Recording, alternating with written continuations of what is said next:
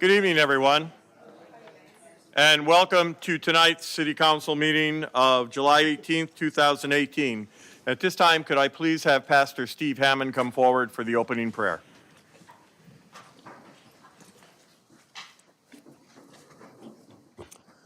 Let's pray together. Heavenly Father, we thank you that we have the freedom as Americans to come together and conduct the business of our city. We thank you for our elected officials and the staff that are here today. We ask that you would bless them abundantly, bless their families, give wisdom tonight for the decisions that have to be made. May they be made for the right reasons. May they be made for the good of the people of Los Banos. We ask that you would bring unity among our community. Your word declares that that you wanted us to be one, even as you and the Father are one. So we ask for unity tonight. We would come together for the good of all of our people.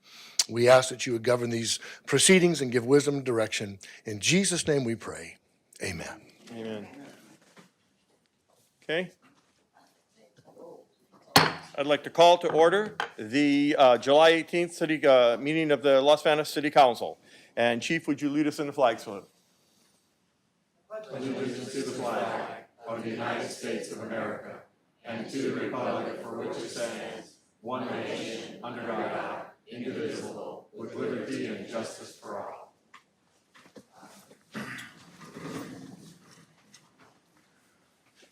Okay. Let's go on to roll call. Director Maloney, and before we start, Mr. Freya is on his way. He had a little delay, and so he'll be here, and so will Veronica, or Mrs. Johnson-Santos. Okay? Faria, Johnson Santos, Lewis, Silvera, Villalta. Here. Item number 4, consideration of approval of agenda. Do I have a motion? Excuse me, Mr. Mayor, could you remove the proclamation? Oh, I'm sorry. Before we approve the agenda, item 5 will be removed because the individuals receiving the proclamation are not able to make it tonight, and we will reschedule. So could I please have a motion with the removal of number 5, presentations? Mrs. Lewis. Yes, Mr. Mayor, I'd like to make a recommendation that we remove item 5 on tonight's agenda Okay, and approve the, and approve the agenda as submitted. okay, thank you. Mrs. Silvera. Second. Motion by Lewis, second by Silvera, to approve the agenda stated minus item 5. All in favor? Aye. Aye. Any opposition? None carried. Okay, let's go on to item 6, public forum. Members of the public may address the city council members on any item of interest that is within the jurisdiction of the city council, which includes agenda and non-agenda items. No action will be taken on non-agenda items, and speakers are limited to a 5-minute presentation. Detailed guidelines are posted on the council chamber informational table. And if you're here tonight to speak about the tax measure, we will have a chance for individuals to speak at that time on that individual subject. So is there anyone else who wishes to speak?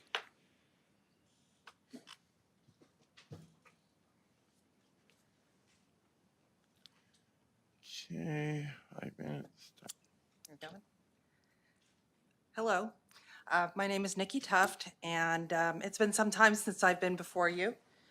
I come here tonight to speak to something that brought me here for the first time 10 years ago. And I realized this in March, that this anniversary was coming. 10 years ago, I came with my then 5-year-old son, who also spoke at that meeting and needed a box in order to be heard, and now he's taller than I am. But we came here to speak on behalf of the pool and the aquatics program that was closing, and that was December of 2008. That same closure effectively ended the joint use agreement between the school district and the city for the existing pool at Pacheco Park. I fully understood at that time why the pool had to close and why the aquatics program was ending. But I made my statement anyway, kind of as I am tonight, because I didn't want to regret not speaking. The summer of 2008, my son learned how to swim. The health benefits were great for him. He has asthma and was enduring breathing treatments regularly and I always had multiple inhalers in case of emergency. Once he learned how to swim, that was a thing of the past. With the closure of the community use of the pool, I then found tiger sharks to keep him swimming. If he had not already learned how to swim, he probably would not have been able to participate as it's competitive. This summer marks his 10th summer competing as a tiger shark. And that's why, as I said, why I'm here. I'm sure everybody's well aware of the recent vandalism at Pacheco Pool. It's been heartbreaking. Our kids have lost most of their season in practicing, but they are enduring. Each summer, we go through this and we're used to it. We've had everything from the garbage cans to the benches to the pool equipment, and one individual felt it justified to use it as their personal bathroom. And I understand the security of that pool is not a council issue, but the lack of a community pool is. I attended the school board meeting last week, and I learned of plans to increase the security and other measures, and I'm thankful for that.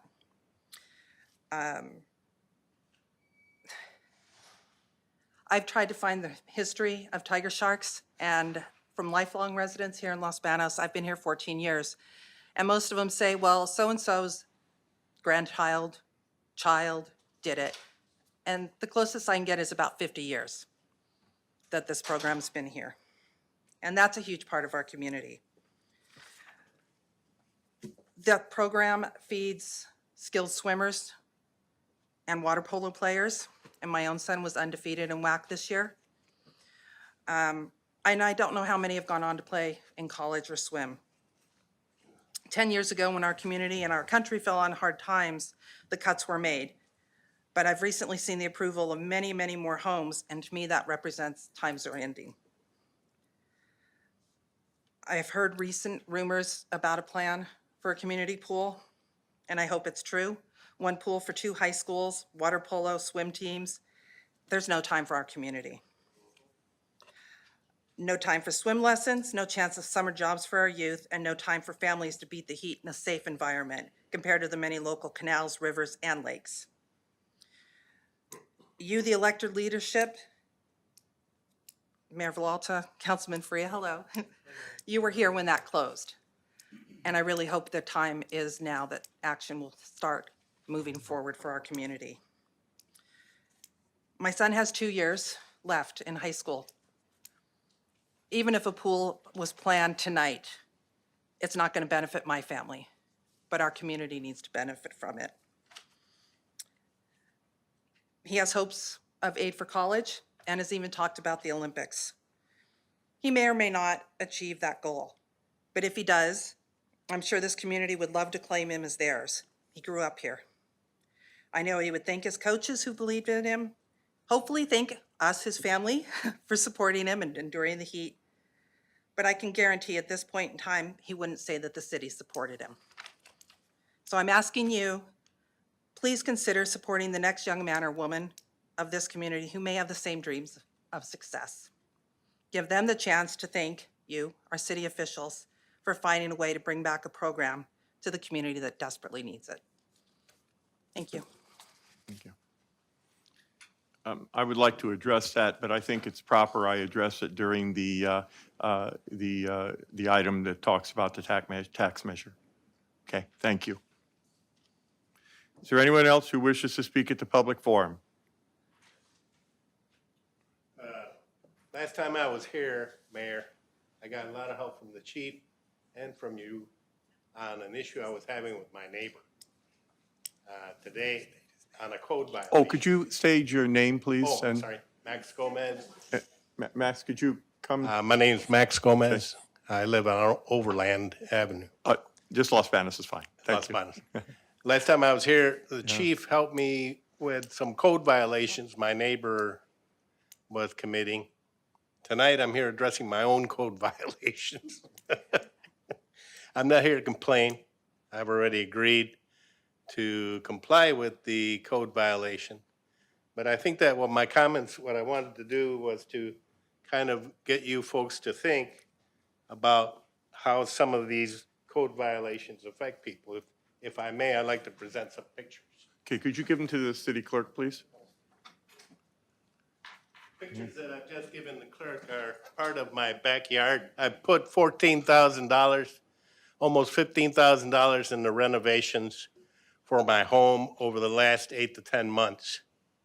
And some of these renovations you'll see in these pictures, my backyard used to be a big mud hole when I bought the home. And now it's a very safe area for my daughter to play in, for guests to come in and enjoy. I've added fruit trees. I've had roof repairs done. I've added gutters. I've remodeled both bathrooms, put in new flooring, kitchen cabinets, all of that stuff that you do to your house when you care about your property, okay?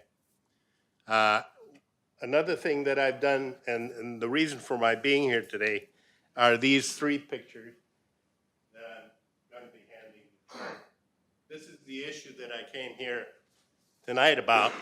It is a fence, or a beautiful fence that I added to the front of my home to enclose the courtyard.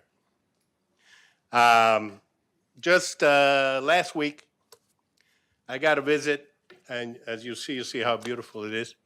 The reason that I added that enclosure is because I have had packages stolen off my front door, and my wife wanted to be able to go out there and not feel bothered by people who, a couple of guys have come to my front door to find out who lives in my house. And this is a typical type of thing that happens when people are checking out and kind of casing the area for possible burglaries. I've had 2 people come to my front door asking my wife who lives in my home. So now I added that fence in order to be able to offer some privacy and safety for my family. Code officer, very nice gentleman, works for the chief, real nice guy.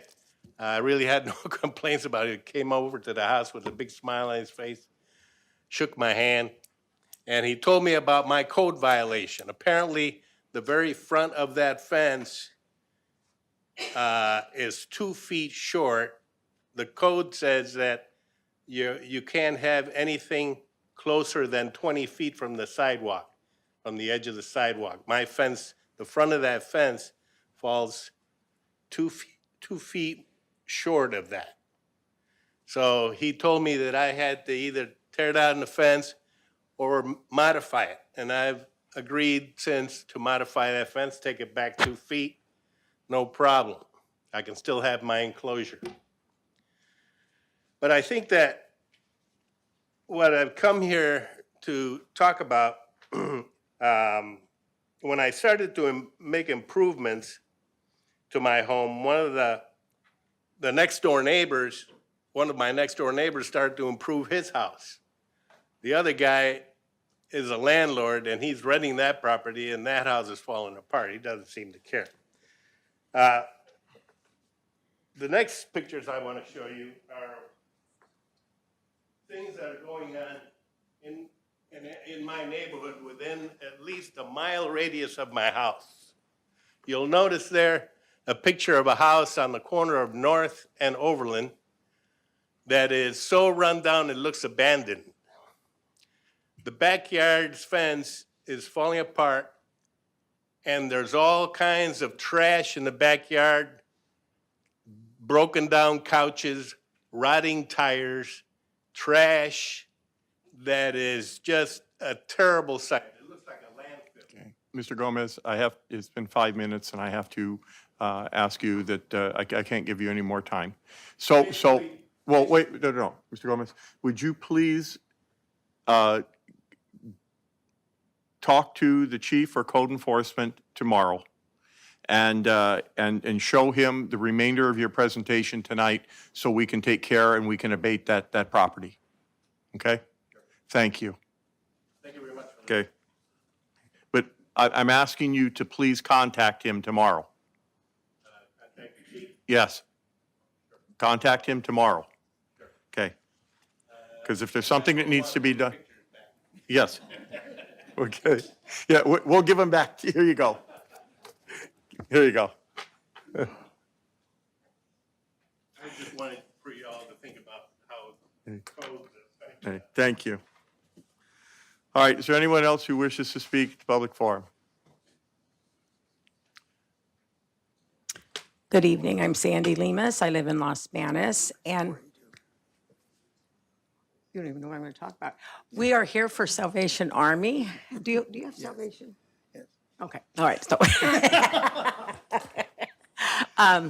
we are going to be doing Vacation Bible Study next week for all the kids in our community, preschool on up through high school.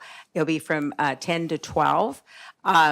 We've had some recent changes at the Salvation Army. I mean, we're as busy as ever, but Captain Felicia Grant has been transferred to South San Francisco, and our new officer in charge is Major Jennifer Cortez. She is bilingual, which is a plus. Very interesting fact about Salvation Army. You become a lieutenant when you get out of school for 5 years, and then you become a captain, and then you're a captain for 15 years before you become a major. And Major Jennifer was just promoted in June, so we're so proud to have her here. So I wanted her to talk a little bit so everybody can see who she is, and we're so glad she's here. My name is Jennifer Cortez. I'm a major. I just become a major, and I feel like new. Some people they call me captain still, but it doesn't matter. But I'm here to work with the community and to be with the community and to reach out. People. I've been in Fresno, in the Valley for 5 years doing mobile ministry on the street, under the tree, under the sun, under all time of weather. So God has put me here to work in Los Baños, and I'm going to be here to love and to reach out all the community. And I would like to invite you to come. We are going to have the BBS Vacation Bible School for the kids, and everybody's welcome to come. God bless you. Thank you. Since I see the timer is still running and I got lots of time, I'm still Sandy Lemus and I still live in Los Banos, and I'm going to be talking about Habitat for Humanity. And Gary here is our construction supervisor. We've been blessed. We have had Valley Community Campus has had a construction class, so we've been having students there learning how to do construction. We're coming along wonderfully on our second home. We're finishing up the sheetrock. The fencing is getting close, and then the siding is coming along great. So it's a great training opportunity. We'd love to have everybody participate. It's just coming along wonderfully. It's really making a big difference on M Street. We've just been so blessed with volunteers, and we're very appreciative of the city support. Thank you. Thank you for your work. Thank you.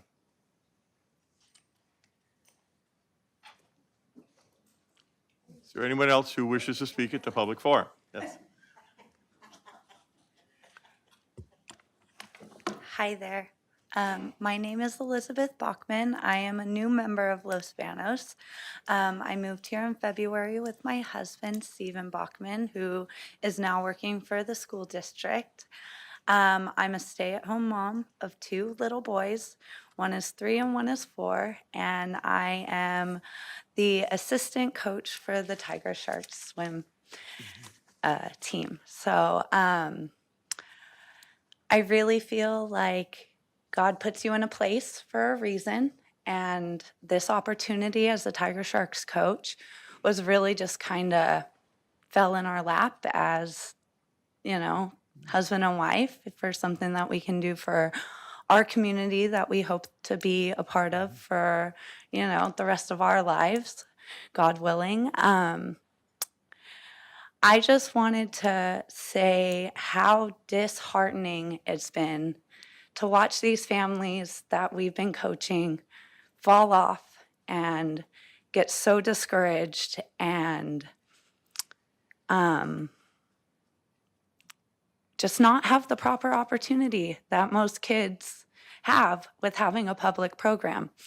These kids come in to a competitive, I didn't know what to expect coming into as a swim coach. And these kids came in, we had probably about 25 of them who did not know how to swim whatsoever. And that's a life or death kind of thing. It's not falling on a field, scraping your knee. It's survival at that point.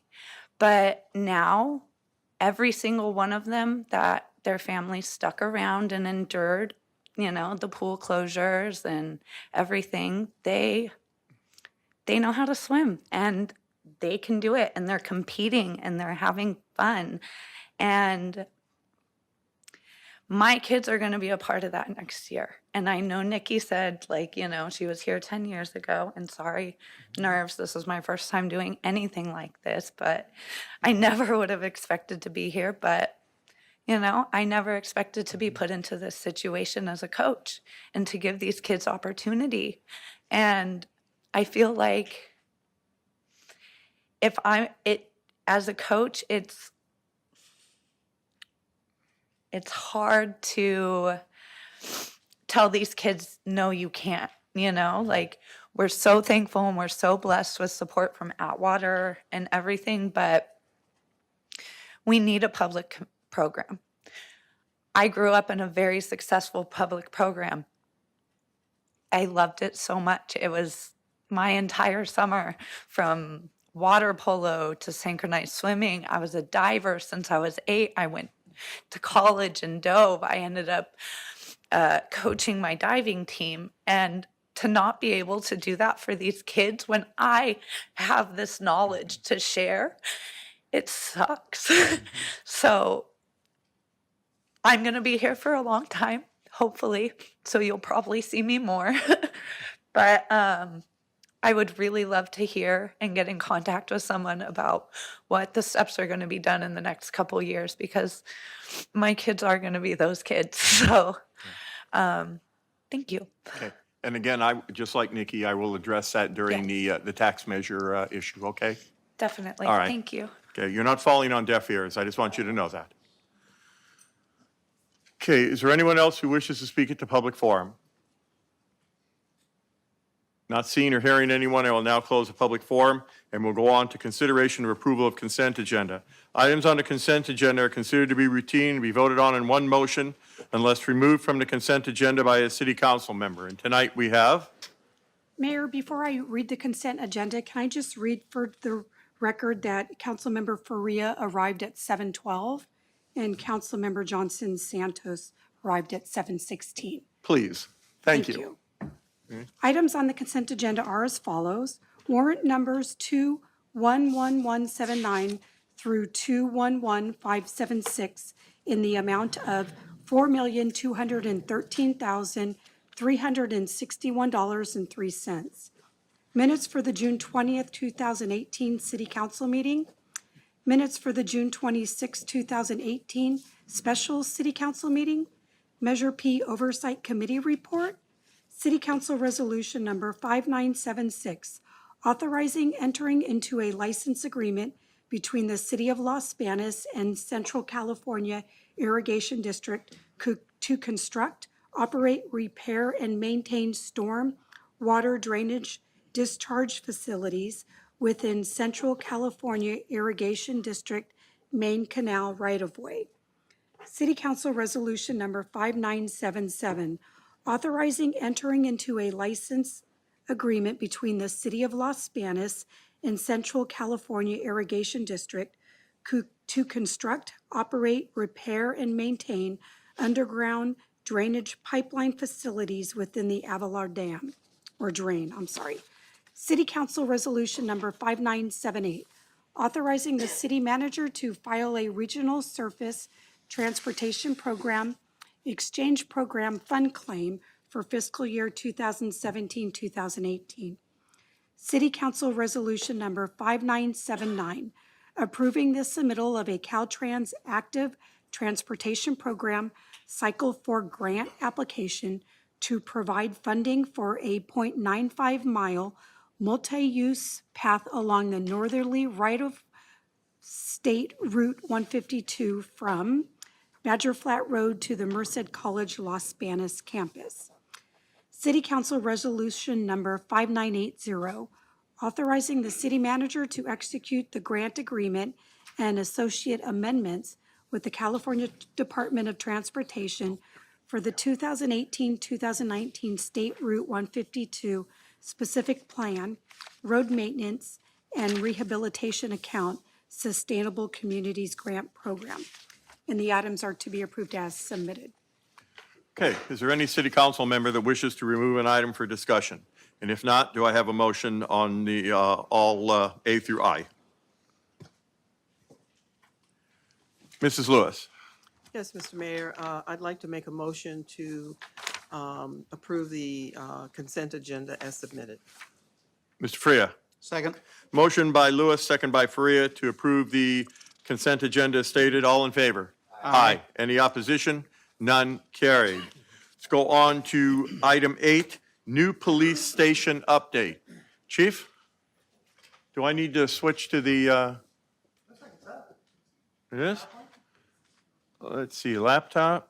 Okay, let's try it.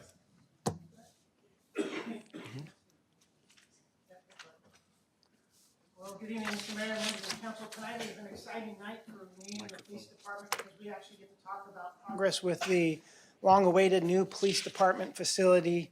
Before I get started, though, I want to say a few thank yous that I think are very important for me to get out before we do. So, first and foremost, I want to say thank you to the residents of this community because back in 2004, they had the foresight to approve Measure P, which this would not be possible without the funding associated with Measure P. So thank you to the community. This is your tax dollars that will be put to work for the creation and construction of a new police department in the coming years. Second, I'd like to thank the city manager, our public works director, our finance director, and our city attorney, and our assistant public works director, sorry about that. I'm a police chief, I have police officers, I'm a cop. We don't do a lot of this stuff as it relates to some of the public works requirements that are required to put out an RFP regarding a new facility or some of the bonding or the finance measures that are associated with it. So without their help, we wouldn't be here tonight. So thank you all for assisting us in this process. At this point in the construction, I should say, there are 3 big phases that we're talking about. The first one is the land purchase, the acquisition of the land, and the needs assessment. So this phase includes an agreement with a private property vendor or a private property owner who excuse me, let me back that up, who has property immediately to the west of the existing and new Superior Court. So that's where we're moving, is over to G Street, 1202 G Street, and I'll show you a picture of it here momentarily. In addition to the purchase of the land, we're going to perform a needs assessment. We're going to do a CEQA document to make sure that we meet those environmental needs. There's some site remediation involved in that process, project management, architectural design for the new facility. In addition to that, there's a phase in this project that's going to include consideration for either a remodel or new construction of the animal shelter. In addition to that, there's going to be a phase that looks at the best use for our existing facilities that will be leaving as a result of this new construction. So the existing police department, we're going to have an architect come along and tell us what the best use is for all those different facilities as a result of this process. So it's really exciting for us to get to look at this. The second larger phase of this process will be bond procurement, or obtaining the finances to put this deal together, for lack of a better term. It's going to be a very big deal. We estimate between $20 and $30 million at the end of the day. I'm hedging on the higher end at about $30 million because we want it to be a high-tech facility that's going to meet the needs of this community for the next 30 to 40 years, and that is a big task to accomplish. But that's our goal. The third goal, and the most exciting portion of this project, will be the actual construction. When we're out there on a daily basis working on building the actual facility. That's going to come a couple of years down the road, but we're trying to make it occur as quickly as we can. So a little bit more detail about the timeline. When we talk about the needs assessment, we issued an RFP, a request for proposals, for a design or architectural firm to come along, review what we have, take stock of that, and then using that information, design and develop a plan, that design infrastructure for what we are going to need when we move to this new facility. It's kind of the framework for what we're going to lay down as the future construction. So that was issued back on July 6th. In fact, as today we had a site visit and we had 12 different vendors here, different design and architectural firms who were here today to do a site visit. So all 12 of those are going to be eligible for this RFP for this portion of the project. And 12 of them is actually a really, really good number in my mind. That's a fantastic number to have that we hope to submit a proposal for this new construction. The bids close for that RFP on August 10th. It should be before you on October 3rd. We'll start the needs assessment on November 4th, and we'll have it complete by April 1st, 2019. One of the other phases that will occur kind of concurrently with this needs assessment is the CEQA document. I failed to mention our Economic Development Director, Stacy Souza Elms, is taking that portion of the project up. I appreciate her assistance in that. She is taking on acquiring and completing the CEQA document through a vendor. That will come before you in December of 2018. We're already working on that process. If you go down to the green area, the site remediation, that has to do with the acquisition of the land. So we've acquired the land, we have an agreement with the landowner. There are some deficiencies in the land that we need to take care of. If you drive by there, you'll see a raised concrete foundation. That's from an old packing shed that's there. That needs to be removed. There's some other soil remediation that has to occur before we take title and deed to that property. The owner has until January 17th of 2020 to complete that process. So you got about 17 months, give or take. We are all encouraging him to complete that process quicker, and I think he's of the same mindset. So we're hoping to have it done sooner, but the drop dead date is January 17th, 2020 to have that completed. And then the last part, that blue part, a little bit further down the road, but it talks about project management. So I'll go through that real quick. So we have the RFP for a project manager, hopefully put out in April 2019, close that project May 10th, be before you for the choice of that project manager in June. And we'll go through that process, and hopefully in late 2020, early 2021, we will have shovels in the ground. So that's our goal. We know that there's a lot of different hills and bumps that can occur as this process goes along, but that's where we are shooting now as far as our timeline is concerned. The purpose behind this. Currently, the police department is split into two different facilities, the police annex and the police department. As you all are aware, the police department we assumed control of that facility in 1969. We have turned every office space that we can into, or every space available into office or other use for our existing staff members.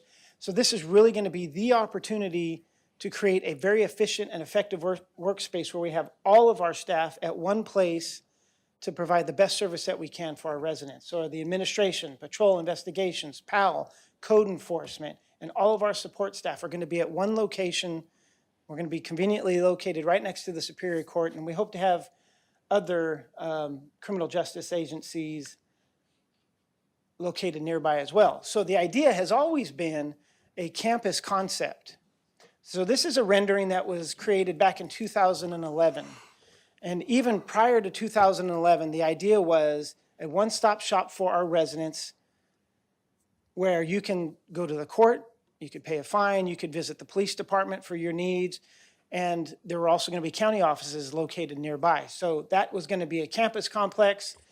We're still of that opinion that we're going to make that happen. Timelines might be a little bit different for the different agencies involved. There's another allied agency that does a lot of traffic enforcement up and down the state that I hear has potential plans to move to the property as well, perhaps in the northeast corner of G and Mercy Springs, but we don't know that for sure. That's just concept, I think, on their end, but they are considering moving as well. So they can be part of this campus concept as well. There will be retail as well along the site, and it's really going to make for a great anchor near the intersection of G Street and Mercy Springs. So we're really early on, but it's important that we come to you and say, we're putting our tax dollars to work to do exactly what we told the community we were going to do with the passage of Measure P. We've been very good stewards of our funding as it relates to Measure P. So I'm sorry I was a little bit all over the place there on that, but that is a quick update. Like I said, it's very fluid. We hope to have shovels in the ground after June, between June of 2020 and 2021. That might be a bit aggressive. I would like to say we'd have it in sooner because we need it. But I understand this is a very big project, but you've got great people sitting around this room that are helping us accomplish that goal. So we're really excited about it. Do you guys have any questions about the project? Does anyone have any questions for the chief at this time? Well, again, Well, we're excited. I mean, we're all, that this is going to finally happen, that we've saved and we've used the money for what we said we're going to use it for. Now, the CHP and Sheriff's Department, are we, So I hate to speak on their behalf. There is a.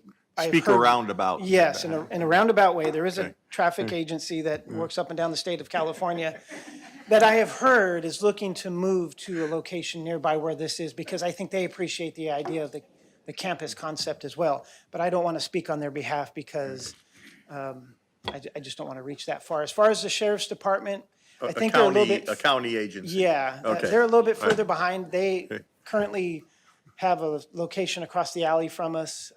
They're probably a few years behind us, but I think at the end of the day, the goal will be that the county moves a little bit closer to the Superior Court. Okay. We're Thank really you. excited about it, and I want to say thank you again to everybody involved because it's taken a team of people and the residents of this community to make it happen, and I'm proud to say that we're actually making it happen now, so. Yeah. And we had past councils that worked towards passing that initiative, and thank God they did. Yeah, agreed. Thank you guys very much. Thank you. Okay, let's go on to item 9, consideration of proposed general tax measure to establish a city 1/2 cent sales tax to be placed on the November 6, 2018 ballot for voter approval. Item 9A, City Council Resolution Number 5981, calling for the general municipal election to be held in the jurisdiction on November 6, 2018 for the purpose of submitting to the voters a general tax measure to establish a retail transactions and use sales tax, or sales tax at the rate of 0.5%, 1/2 cent on the dollar, requesting the Merced County Board of Supervisors to consolidate said election with the statewide general election to be conducted on the same date and to permit Elections Department to provide election services and setting rules and arguments and rebuttals for and against said measure. And so we are going to go to our city manager. Thank you, Mayor. Kim, can you, I'm sorry, surprise, can you cue me up? Presentation, Mayor? Oh, all right, Thank you, Kim. let's go. All right, we're up. All right, Thank you, Mayor. Just jump right in. As the council is aware, May 16th, the council authorized moving forward with the local revenue ballot measure. Last week, the council held a public workshop. We had about 20 folks attending the workshop last week, heard a range of topics. I think the item before you is responsive to those comments we heard at that public workshop, and I'll talk a little bit about how we've changed the spending priorities and actually developed another item that will be considered by the council, a resolution of intent, as the next item, again, in response to those comments we heard last week at the public workshop.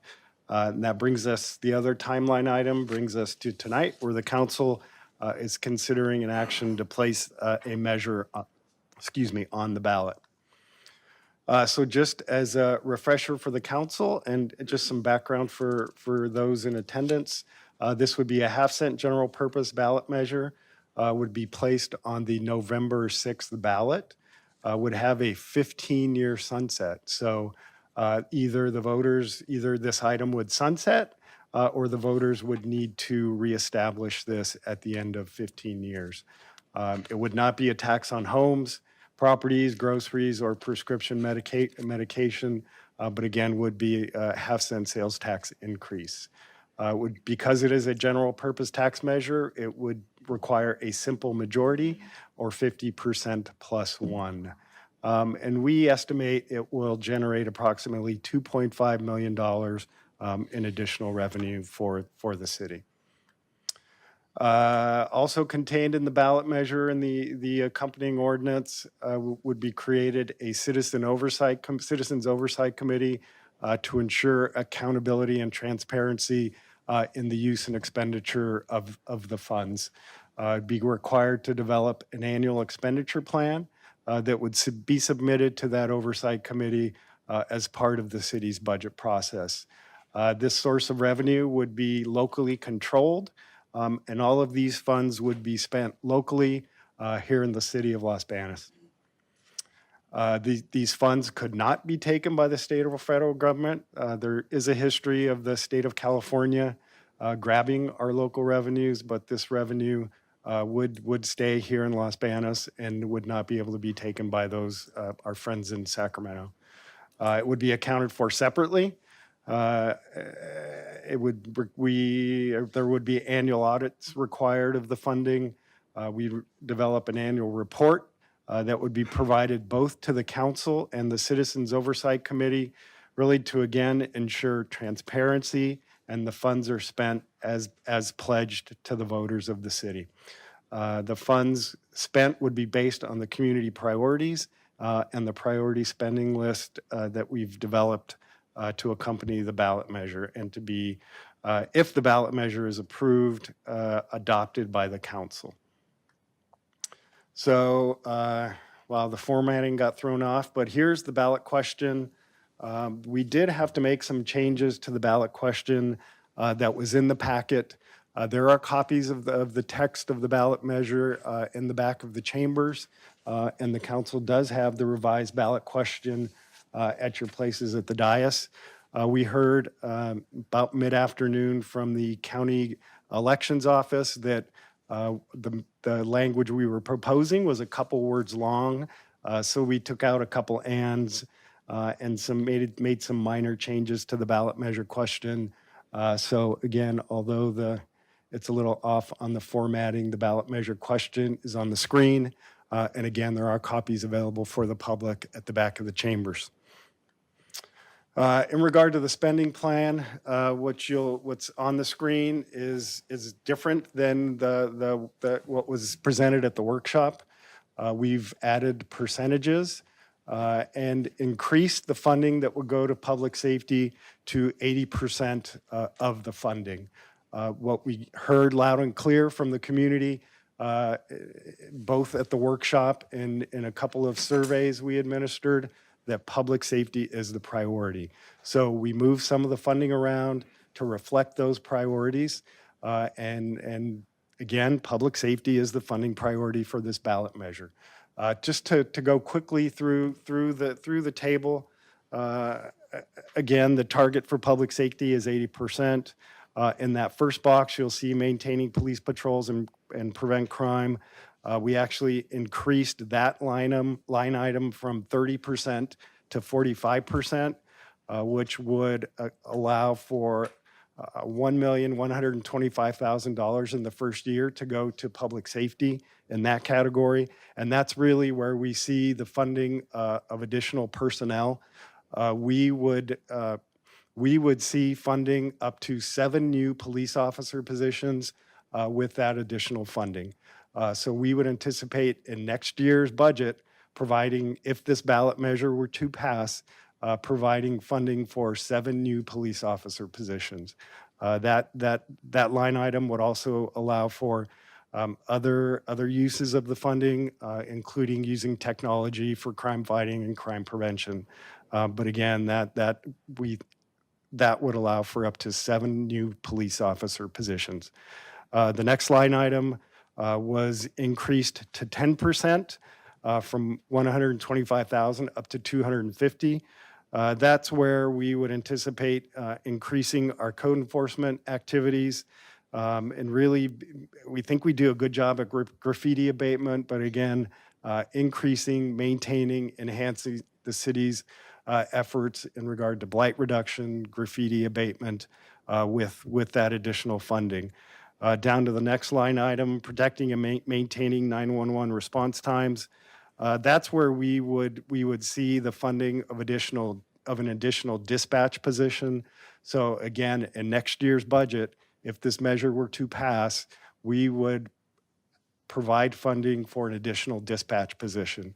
That funding would also provide for any needed technology upgrades, increased capacity of the dispatch center.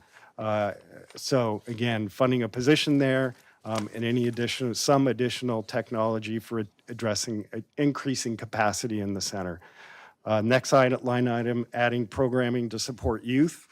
We actually, from that line item, moved up towards the ability to hire additional personnel, but we felt it was important to provide some funding through this measure for programming to support youth. We would anticipate that funding to be used for programs like Boys and Girls Club, after-school programs, really, again, to provide some funding for after-school programs, and possibly, diverting, young people from making those choices that could lead to gang activity or other criminal activity. Down to the next line item, improving rapid fire and emergency medical response times. We see that line item providing for 2 additional firefighter positions. So if this ballot measure were to pass, again, in next year's budget, we would see funding for 2 additional firefighter positions. There would also be some additional funding left over for other priorities established by the chief, which could include replacing fire apparatus or providing for other equipment necessary for those new firefighters. Okay, moving down to neighborhood services, the target there is 15%, which would provide approximately $375,000. That's where we would see funding for additional recreation programs, possibly additional recreation staff. And we heard some folks speak tonight for the need of a community pool. That would be the line item that could be used for a community pool or other recreational facilities. So that funding would be there if this measure were passed. Then lastly, you'll see the last line item is maintaining fiscal stability. This is really providing some funding for the city to begin to set some funding aside so that we could be prepared for and be sustainable through the next economic downturn. We think it's important to position the city for that, so this line item would provide some funding to do that.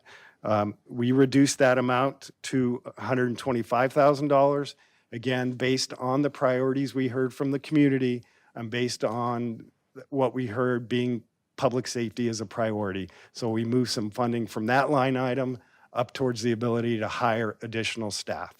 So all in, this measure would provide for up to 10 additional public safety positions, 7 police officers, 2 firefighters, and a dispatcher. And those would appear in next year's budget if this measure were to pass. So just a few dates, just to run through a few dates. Excuse me, can I have you just give them the timeline when it starts collecting if it That's- I passes? was ju- Oh, I you're was- going to get that? that's- yeah. Okay, all right. So if it's Okay. passed, if this measure is passed, it would become effective April 1st, 2019. I fixed that date from last week. I think I had 2018 last year, so April 1st, 2019. The budget expenditures would be included in the city's fiscal year 2019-20 budget. And just some other key dates as we move through the process. We are at July 18th this evening, where you as a council consider the ballot language and consider placement of the ballot measure and the ballot question on the ballot. July 31st, city attorney's impartial analysis is due. August 15th, arguments due to the city clerk. August 24th, rebuttal arguments. Then that would bring us to November 6th and Election Day. I would suggest if you are interested in these dates that you confirm these dates with the county clerk because they are the ultimate authority on the dates. Oh my gosh, 2018, sorry. What, 2016? My apologies, Already thank you. passed? Yeah, sorry. So anyway, sorry about that.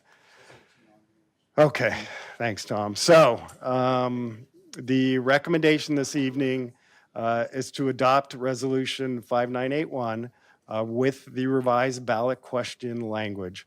I do want to point out that 2/3 vote of the city council is required for adoption and to place the ballot question on the November 6, 2018 ballot. Concludes my presentation, available for questions. Thank you, Mayor. Okay. I'm going to open this up to the public for comments. Are there any questions from council right now? Okay. The two young ladies who spoke about the pool, I'd like to address that now. The swimming pool originally was built in the 50s by the West Side Union High School District, and it is maintained and owned by the high school. The high school got 60-plus years of use out of that pool along with the public. It was a public and a private pool for the school district. As OSHA rules changed, we found out that a 3-foot diving area was not safe for kids, and they couldn't play water polo because you have to have like a 6-foot area. So as the pool went on, years ago, they put a fiberglass liner in, and the school district did everything that it could to maintain that pool and to keep it up to spec and try to keep it going. The city was involved in the, if I remember right, the city was involved in the maintenance. We ran a summer swim program, and that's where I learned to swim, and a number of other locals. So as the years went on, the pool just finally started to clog up. It wouldn't work, and finally it had to be abandoned. And so the pool wouldn't rise of hydraulic action. They had to knock a hole in the bottom of it through the fiberglass liner, through the concrete liner. So the school district graciously called in a pool engineer about 3 years ago. 3 or 4 years ago when Steve Tejan was here. We called in a pool engineer, and all the city officials and school officials met to see if we could salvage that pool. And so the pool engineer went over it, and he started talking about the OSHA regulations.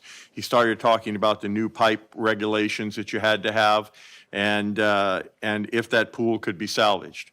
The estimate for the salvage of the pool was probably a little more than what it would cost to build a new one. So the pool sits as it does right now. So the school district can't be blamed for any of this, because I'm going to tell you why. Because they needed classroom space. They needed to build classrooms to house kids, to make sure the disbursement of the kids, and being a former school administrator, I've been at schools that have been overcrowded, and it wasn't pretty.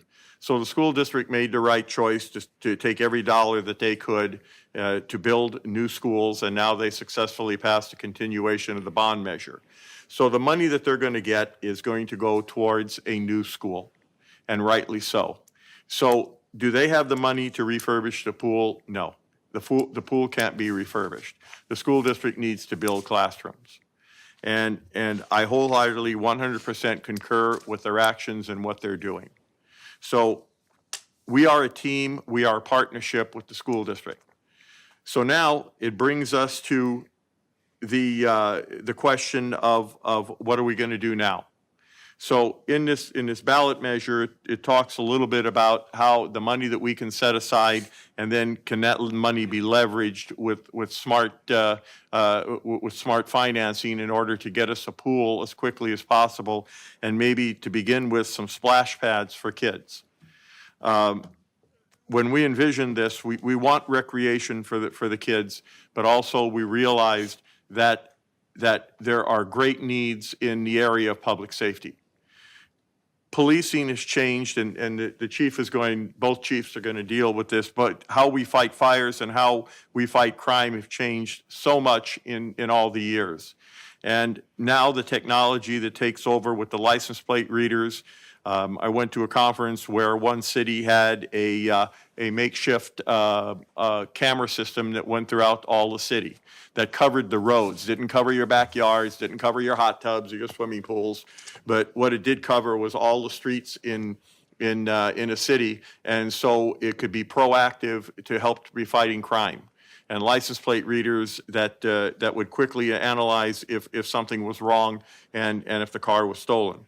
So these are kind of the things that we kind of envision, and council members are going to speak about this, but also getting the amenities that we need for the kids.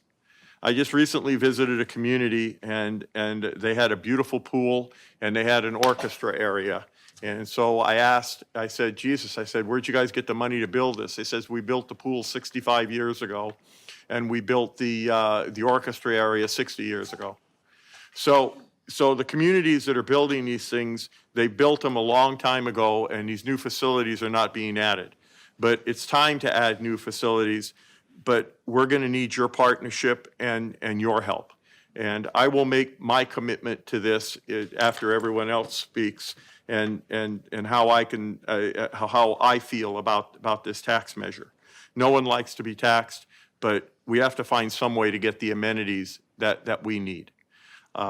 So with that, are there any council members who would like to make any comments before I open this up to the public? Okay. So what I'd like to do now is, Chief, both chiefs, did you want to talk now or did you want to wait till after we hear comments? How do you want to do this? After comments? Chief? Okay, good. Because then maybe some of the things that come up we can answer in the questions. So what I'd like to do is if someone would like to come up and speak about this ballot measure, please come up. And we'll give you time to do that.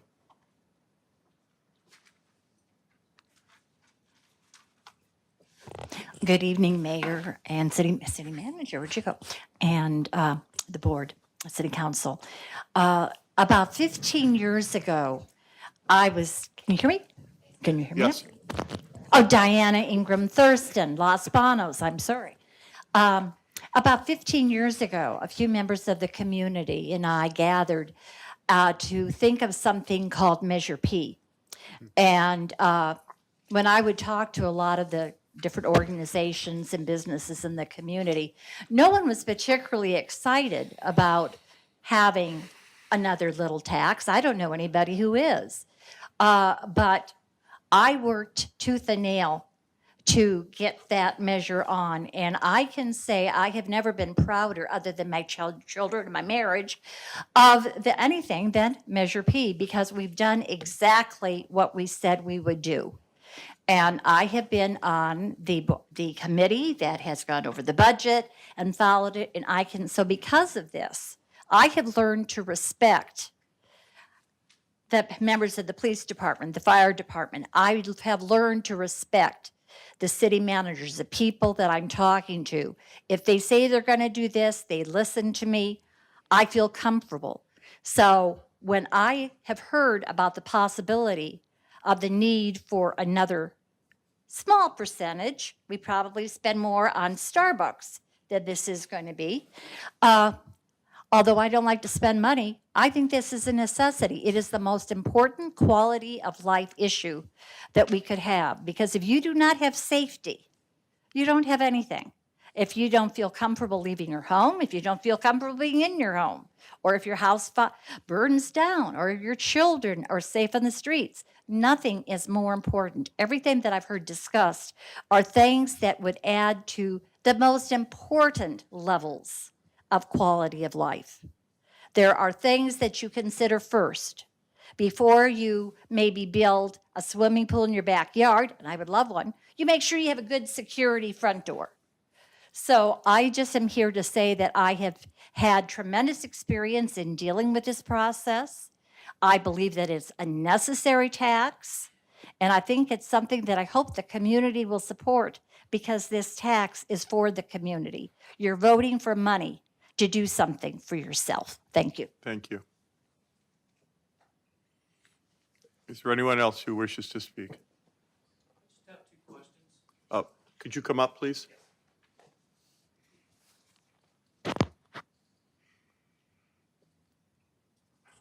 I'm Grover Thurston.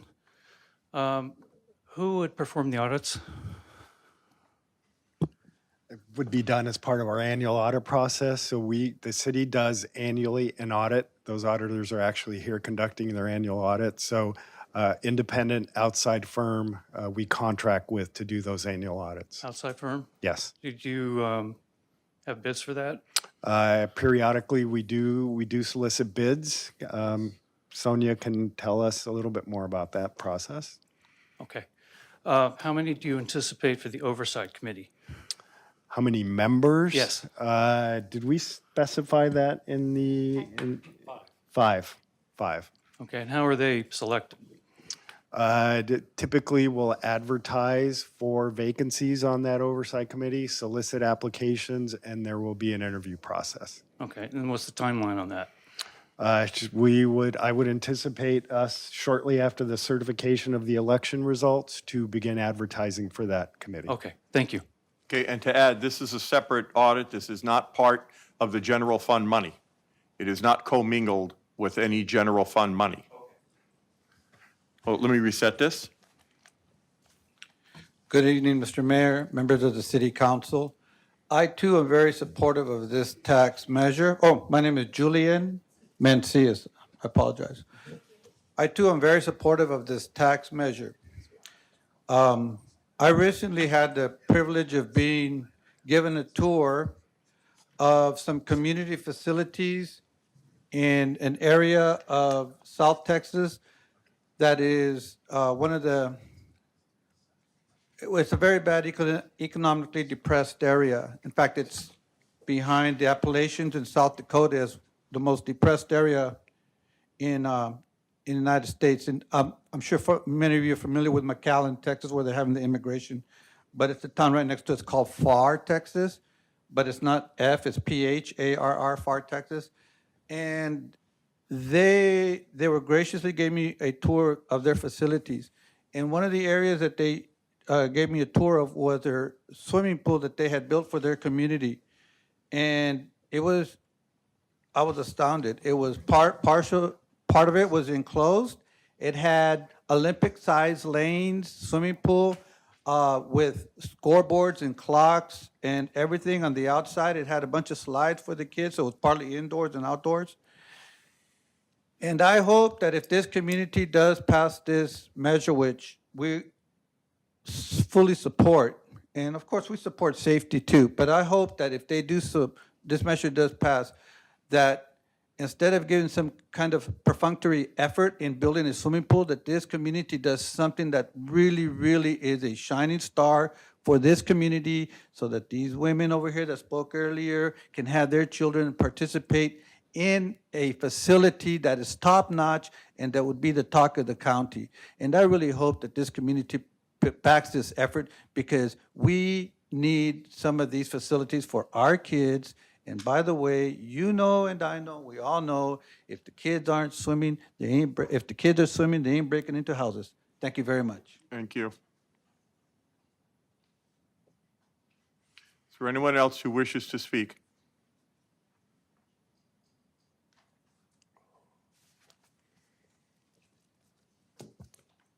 Hello, my name is Patricia Ramos Anderson.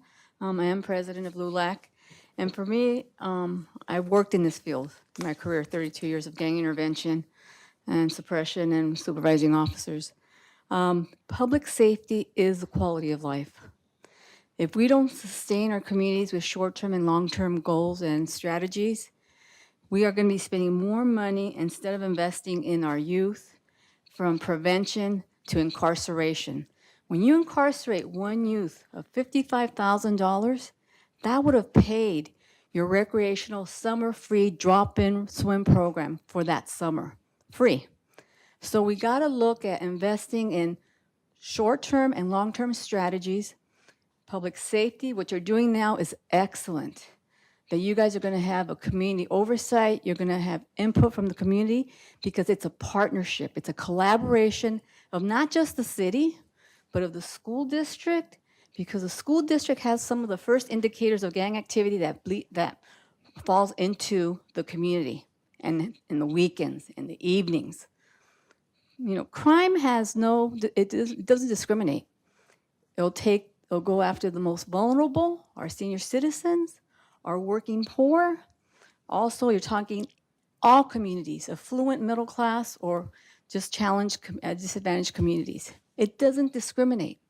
That is why taking this tax incentive that we're looking at passing is going to help prevent and also prepare you if there is another recession.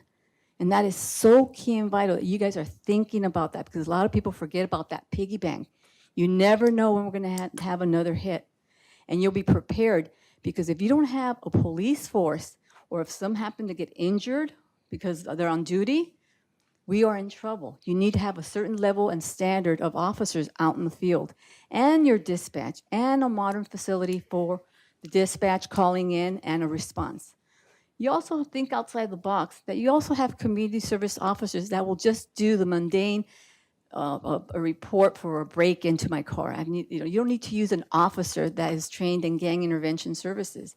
You could also look at other types of classifications and positions that will answer to burglaries, reports for insurance, car break-ins. So that way you're not using the time up. And these are entry-level positions or training positions and posts.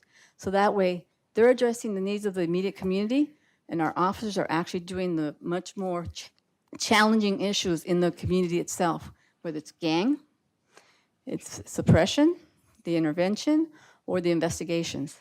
And that's going to be very vital. We've seen the rise of gang activity in the area for the past 8 years, but now we're looking at how to address it very strategically. Keep in mind, part of the process also has to include a community partnership. You need to have that component, because if you don't have the buy-in and having the community take pride and ownership of their neighborhoods and look at the police department as a partner, then it's not going to work, because they'll not have a buy-in. They have to be responsible as well and working together. Thank you. Thank you. Is there anyone else who would like to speak?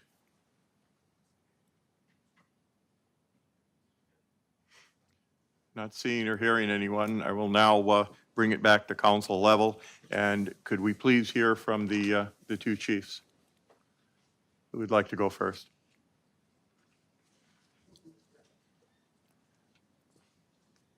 Good evening, Mr. Mayor, members of the council, and members of the community. Thank you for your input on this process. It is very valuable, Patricia. We do see force multipliers in some of that non-sworn staffing addition that you referred to. So that is a strategy that we're definitely looking at.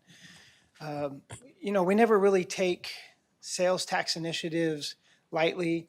And personally, I want to say thank you. I sit down in my chair and I see a number of the Measure P committee members here tonight. You in your consent agenda approved one of the quarterly reports. And the Measure P committee is just one of the great groups of oversight committees that we have, or commissions that we have in the community. But their position with the Measure P committee is to be an actual oversight body to make sure that we are spending that money as it was dictated to us in the actual ballot back in 2004. This plan that has been presented tonight is a real shot in the arm to the police department. It's not a secret that we spend a lot of our days around core services. We love the effort that the men and women at the police department put forth. I have a lot of great people who work for us, but there's only so many of them to do so much work in a day. So there are times when the priority stuff goes first, and some of the quality of life issues have to wait a little bit of time. But having said that, this sales tax measure, as it has been presented, is definitely going to be able to allow us to multiply our force in a number of different directions. I'm really grateful for the forethought from the city manager and staff for the intervention and the gang prevention dollars. I think the parks and the neighborhood commitment there is important as well. I think it's a holistic approach to making our community and the quality of life in our community much better than it is today. This is the first step. This is not going to solve every problem that we have. It's just not. But we are going to make some significant strides forward based on this measure to greatly improve the quality of life for our residents. It means more police officers, like the city manager stated, more dispatch, CSO staffing, perhaps in our code enforcement endeavors, because the quality of life issues are very important to us, as they are you at the council level, to improve the day-to-day living of our residents. And I think we heard that loud and clear. And I'm really glad and I'm really excited to sit here and say that I completely support this measure 100%. I look forward to going out and educating this community on getting this measure passed. So if you have any questions of me, I'd be happy to entertain them at this point. Anything? Okay, Mr. Mayor, members of the community, thank you very much. thank you. Chief Hurley?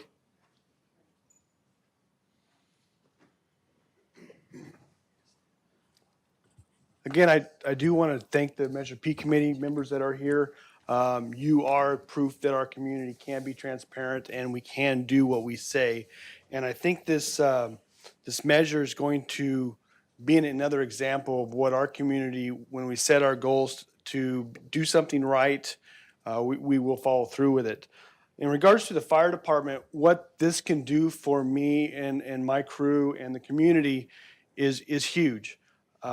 We run 3 shifts with limited personnel on the engine companies, 2 stations, and being able to add 2 additional personnel to those engine companies will allow us to make sure that they are safe every time they respond, allow them to protect themselves and make sure that what they do is in a safe manner.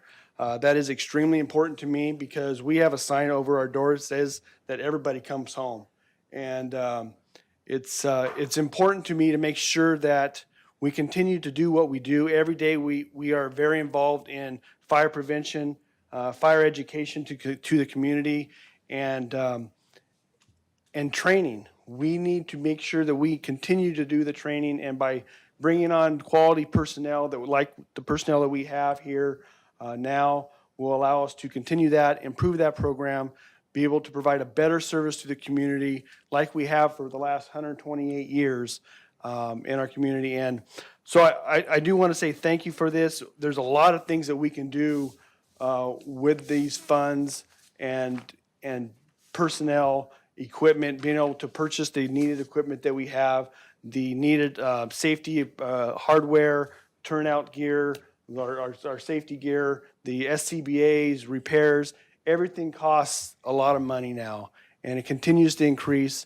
And whatever we can do to make sure that we provide the best service that is expected by our community, we will do that, and we will be open to discuss that with anybody at any time. So I would like to say again, thank you to the community that was here today speaking about this measure. We will be we are excited to move forward, and I just want to say to council, thank you for allowing us to be here today. Thank you. Thank you.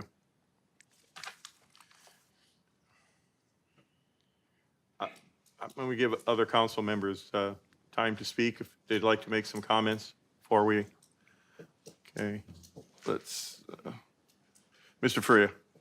Thanks, Mayor. We are in a time, for those of us that are old enough to remember, I was in high school when Prop 13 struck. And some of us remember what life was like before that, and then the change, the drastic change. And one of my missions in life at that time, I was still in high school, I said, whatever I can do to make sure that those benefits that the communities had before Prop 13, we can make sure that we still have them throughout time. It's very difficult. School districts had the benefit of the Serrano case, which caused the state to distribute funds more evenly and not just based on property values. But cities have never had a Serrano. We've never had a ruling that says that the state has to distribute the money equally among the cities. Our money is based on our property values and the sales tax that we can generate. Now, I had a big diatribe. I had a lot to say back in the Measure V issue because I did not support Measure V. It was a sales tax. Sales taxes are regressive. They hit working people and poor harder than they hit very well-to-do people. But they're justifiable if all the money from that sales tax is going to come back to the community, in my opinion. And in this situation, all the money from the sales tax is going to come back to the community, and therefore, I believe I absolutely support it. I haven't had this much contact about an item in years, and it's beautiful to see. I love to see the community involved, which is really good in this situation because we're going to make sure this money gets spent the way it's being promised.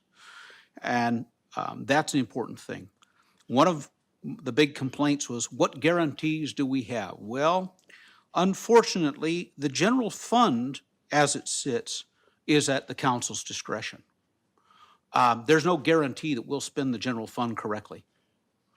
No council. It's a tremendous amount of leeway that councils have with general funds, but we do a good job with it. We've done a very good job with it, an excellent job with it. We've shown that we can run this city successfully.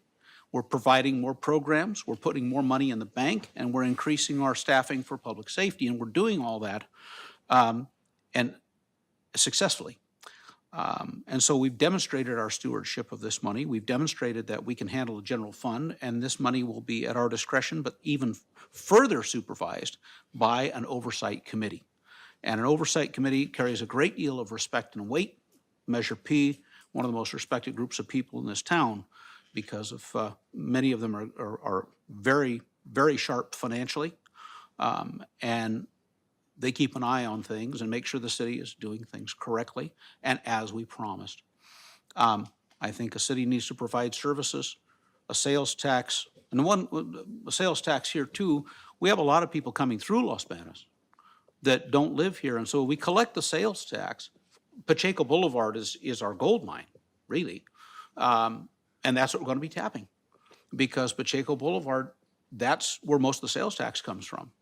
And so much of the population is transient.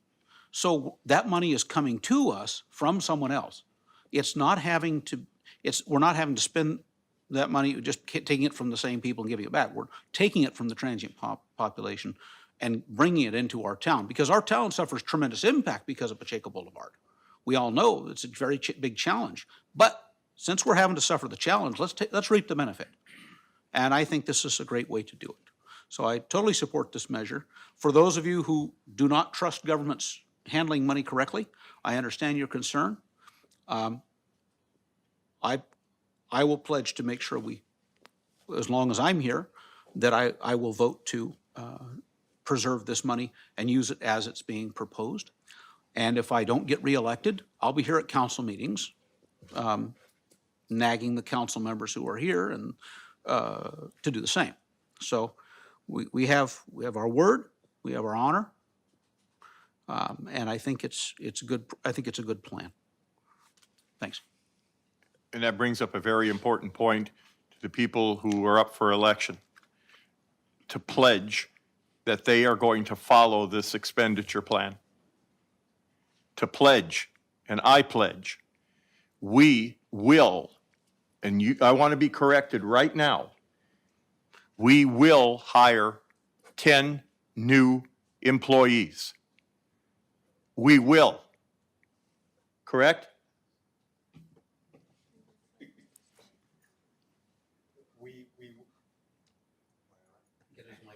Oh, go ahead. Go ahead. I thought it was pretty clear that we will fund up to 10 additional personnel in next year's budget. 7 police officers, 2 firefighters, and a dispatcher. We will. And yes, you were very clear. When you mentioned the word pledge, I want to echo that word. We will follow the expenditure plan. And that's something you ask every candidate. Will they follow the expenditure plan? And if there's any hemming and hawing, it's not the person. Comments? Mrs. Lewis. Thank you, Mr. Mayor. And I want to echo the comments of our mayor as well as Councilman Faria. I'm not up for re-election, but I am in total support of this measure for the 0.5% sales tax. I do want to add, even though we haven't gotten to the next item, that in that, the next item, item 10 on the budget, there is a guarantee in our resolution for future councils that this money is to be secured to use as set aside for this ballot measure. So we do have some assurances here that the money is going to be spent as the taxpayers have requested us to spend it. And this council has making sure that this is going to be here going forward for whoever is going to be sitting up here as council members in the future. I'm really excited about this, especially for our police and fire. And I'm hoping, as time goes on and monies are being collected, that we can begin to look forward to the possibility of community facilities such as a pool for our youth in the community. I came here over 30 years ago from Morgan Hill, and it was pretty much a town just like Los Banos. But there were plans, and once the annexation of Highway 101 was opened up from South Morgan Hill into North San Jose, the council started making plans for the future of that city. And I think that's what we're trying to do here today, is make plans for the future of this city to enhance the community, to have things for our youth, as well as for adults, to be able to enjoy in our community and not have to look outside of the community for those pleasures. And with that, they develop a community center, a youth center, and they have an absolutely wonderful aquatic center in Morgan Hill. So we can learn from these communities and talk to them and find out how they were able to accomplish these things. I'm going to digress a little bit from all of this to make this statement, and that is back in the late 90s and even years prior to that, when we were annexing land into Los Banos, and when developers began to develop during the housing boom, the city didn't require them to do anything, to bring anything to our city. There was only one developer that brought anything to this city, and that was Anderson Homes. We had KB Homes, we had Ranchwood, we had a whole lot of other developers come, but no one brought anything but homes. And I'm a firm believer that if developers want to develop in your community, they need to bring amenities with them. And I hope that as we move forward in the future here, although the homes that are being built now are from leftover lots when the recession hit, so you can't make any requirements of those lots because they've already been annexed in and all the resolutions have been passed on those lots. But for future, for the city of Los Banos, because there is going to be more of a future, I hope that whoever sits up here has the forethought and the foresight to say that if you want to come to Los Banos and build, these are the things that we need for our community, and this is what will be required of you to come here and do what you have to do. And I'm going to make this statement. In San Jose, you could be building something in South San Jose, and there's a project in North San Jose that needs to be taken care of. And they understand that if they want to build that project in South San Jose, North San Jose is going to be taken care of as well. So this is just something futuristically that any council that sits here and governs this city is going to have to look at. Whether it's community activities, buildings, whether it's our police, fire, whatever it is that we need to sustain our community and keep our community safe, keep our residents happy, and give them the things that they need to give, as long as it's within reason, then I say that we need help other than just continuing to ask our citizens to pay. And today, this request that we're making is absolutely necessary. But going forward, we need the help of other people who are coming here to do business with our city. Thank you, Mr. Mayor. Mr. Freer, do you want to speak again? No, the light never went off. Oh, the light, no, okay. So let's go to Mrs. Santos. Thank you. So I just have to first start off by saying that I am also in favor of this.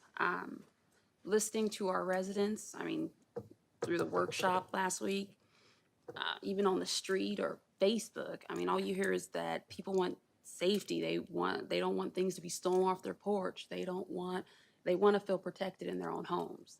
So with this tax being passed, we getting the 7 officers and the 2 firefighters and extra dispatch, that should hopefully help us feel more safe in our homes.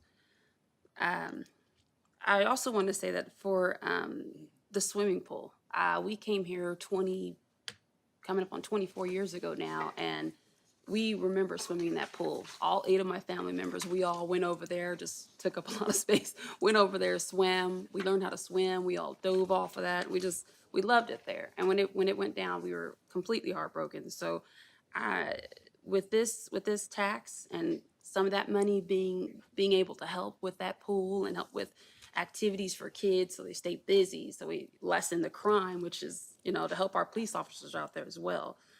I'm completely for it. So just keeping it short and sweet, I think this would be great for us. I mean, the word taxes is, no one wants to hear that word, like one of our residents said, but it is definitely good for us to get these amenities and the help with our fire and police. So thank you. Thank you. Mr. Silvera. Yeah, Mayor. So I want to present what I consider to be the realistic view of what we're asking our citizens to do. And so over time, I explained this when we had our workshop. Currently, the cost of doing business in the city of Los Banos is going up at this rate, and the revenues that come in are only going up at this rate. And so as a person who just went through a campaign and is out talking to a lot of folks, I will tell you that it's across all backgrounds. It's not one side of town versus the other side of town. There's folks that want these amenities, these quality of life things. They want them. And I'm here to tell you that the only way that we're going to be able to afford them is if you're willing to pay for them. I made a comment the other day that if our only single issue in this community is public safety, I know the way that we can get those pre-recession level numbers back in the police department. But that would involve saying that we are going to do the one and only job that a city by law is required to do, and that is provide for the public health, welfare, and safety, right? And so that would mean that we're going to close down the community center. That would mean that we're not going to take care of parks anymore. All we're going to do is focus on public safety. All we're going to focus on is that when you turn your water on at your house, that you have reliable water. When you use the restroom in your house, the waste goes away. But our residents have said that that's not what they want. And I understand that, folks have moved into our area where they come from cities that have a lot of these different amenities. And the reality is that at our current cost of doing business, the city can't afford to provide those without additional help.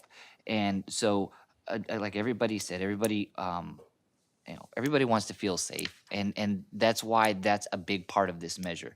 We're going to talk about the second part of this measure after it's voted on it to be put on the ballot is assurances. We had the workshop, and there's folks that want assurances that the money's going to be spent the way that we say it's going to be spent.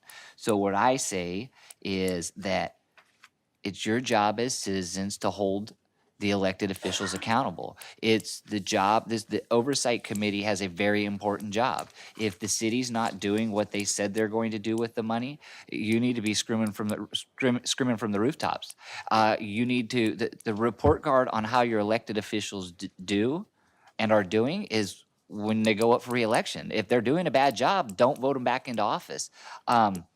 It's kind of a harsh way to look at it, but it literally takes 10 signatures to start the recall process on an elected official. If they're doing that bad of a job, if they're not holding up their end of the bargain, then don't vote them back in. And so the reality is you have to ask yourself, do we want these amenities?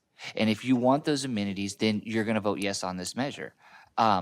If you don't want those amenities, you're going to vote no on this measure. I'm here to tell you that I promise you that if the measure passes, we're going to be in a lot better position than we are today.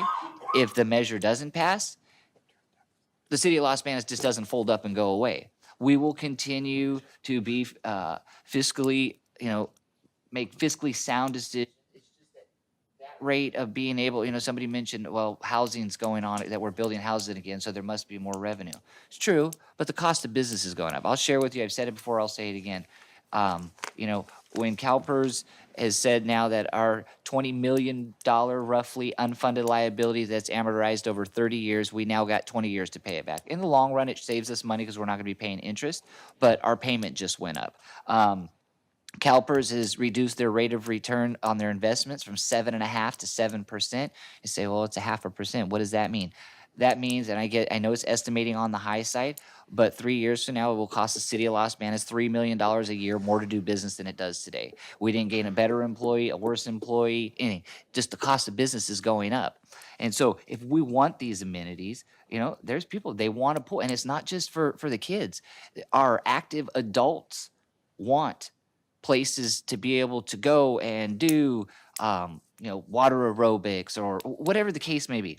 So if you want these amenities, then you're going to support this tax measure.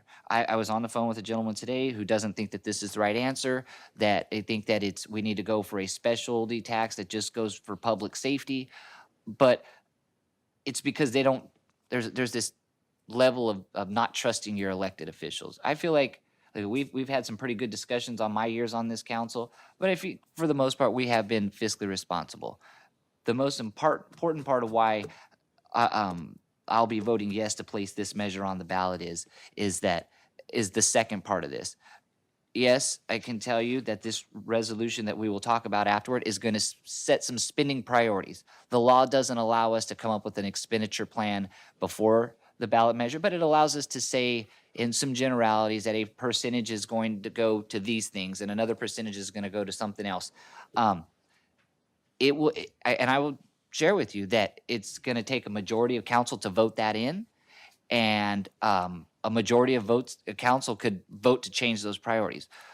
But we are trying to be open, upfront with you, let you know what we plan on spending this money on, right?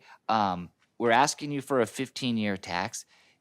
That is your way to, we're asking you to go down this road with us. And if not this council, but the next council or the next council is not holding to those priorities, then vote them out of office. I know that there's some folks that will make a pledge to you that they are committed to staying with these priorities. And I want you guys to understand, I'm frustrated with how much of the government gets in my pocket as anybody. It seems like every time they turn around, they're wanting more, right? And if they don't call it a tax, they call it a fee, or they got all kinds of new words that they like to call them. But in this situation, as your local elected official, our job is to solve problems. I'm still waiting for and have asked if somebody has a better solution to fix these problems, please share them with us. I don't think there's anybody up here, staff included, that would not be ready, willing, and able to accept a better solution to this problem. And so you think, I think Mr. Faria brought it up. It's not only our citizens that are going to be paying, it's going to be the people that come through our community when they stop at the businesses along that are going to be helping to pay for this. So they're sharing some of the burden too. And I get it. At the end of the day, it's 50 cents 100. For every $100 you spend, it's going to cost you 50 cents more. But you add that on top of the 50 before and the 50 before. I get it. It adds up. But until somebody else can show me a better solution moving forward, this is what we got. This is, and ultimately, that's why we live in the greatest country on earth. You folks get to decide when you go to the ballot box. You get to decide whether you want these things. And again, I'm not riding the fence on it, but I'm being real about it. If the voters don't pass it, then the folks that want these amenities and all that, we will be able to sit up here and tell you, look, we did what we said we were going to try to do. We tried to get this is what looked to be the best path forward, but the voters have spoken and they said no. And then we will, like we always do, like staff does, they will pick up the pieces and they will try to figure a way moving forward. All we're doing is trying to move the ball down the field a little bit further, a little bit quicker, because at the current pace, we are having a hard enough time holding on to the employees that we have, let alone adding new employees. It's just tough. And we are still at pre-recession levels when it comes to our public safety folks. They're a big part of it. But I think that just to put it on the public safety, there's other things in our community. I know that when we talked the other night at the workshop, some folks maybe didn't like how when we prioritize what we called it. But The semantics, where it's put, the bottom line is we want to be able to address the areas of need. And, with a 15-year tax, it makes it where we can add those positions and know, at least for the meantime, that we're able to, and hopefully things turn around. Hopefully we make some good choices on how we can grow our funding sources, grow our revenues so that our general fund is keeping up with the pace. And when we get to the end of the 15 years, I mean, if we're doing a good job, maybe that council then will choose to go back and ask the voters for an extension of it. I don't know, that'll be down the road here. But how about this? How about that we're growing revenues at a pace. We're not living and dying by the housing market. We've brought industry in here, and the general fund grow at a pace to where we don't have to ask for an extension. That should be our 15-year plan, is to not have to come back and ask you for it, but always knowing that, hey, that might be a possibility. 15 years will fly by. I've been on the council now for almost 8 years. It seems like it was just the other day that I got on council. And let me tell you, it was no fun when we got here. When I got here, we were holding on for the ride, folks. I don't know what the top number that Councilman Faria and the mayor with general fund budgets that they were a part of, but when I got on the city council, our general fund was about $9 million off of, I think, the previous high of somewhere around 17, 14, 15, whatever it was. We were holding on for the ride. So ultimately, we're asking the voters to trust in what we're saying. If you don't trust us, hey, I'll have a conversation with anybody. Hey, I will explain the facts to you, and ultimately you get to make your choice. And that's what makes us great. That's what makes this country great, is that you get a say in it. Each and every one of you gets to go to the ballot box and say. So that's what I have, Mr. Mayor. Thank you. So let me address, I've heard, well, we should get grants, we should get pledges, other people should build things. I was in Washington, D.C. a few months ago, and I received this call from Adam Gray, our representative. And he says, Mr. Mayor, he says, I want to put $3 million in the state budget for a swimming pool for you. And I was just, I had to sit down for a minute. And he says, I want to do that. So he put a line item in the state budget for $3 million after I asked him to call our city manager right away and talk about this. The $3 million wasn't approved by the governor. The governor's budget was not approved. But our assembly member is looking out for us, as is other elected officials. And they're asking, how can we help you? And we're going to keep doing these things. So here's kind of my reasoning. We could go to them with not hat in hand, but we could go to them and say, if this passes, we have some backing. Now, look, can you become a partner with us now on a pool? Because we have something to add to the mix. And he did it without any backing to try and get us $3 million. It didn't work, but he's going to try it again. And there's some other bills coming up that may help us. The city of Los Banos is big enough, but not big enough for money. And it's small enough, but it's not small enough for money. So when we go ask for, to different agencies in Washington, D.C. for federal money, as soon as I tell them the population, they say, well, come back to us when you grow 10,000 people. Because then you go in from rural to urban. At 50,000, then different funds come in. So the city of Merced, because they're over 50,000, then they get special funds, and they were able to get funds from state or federal, I can't remember, that helped them with their swimming pool, to refurbish their pool.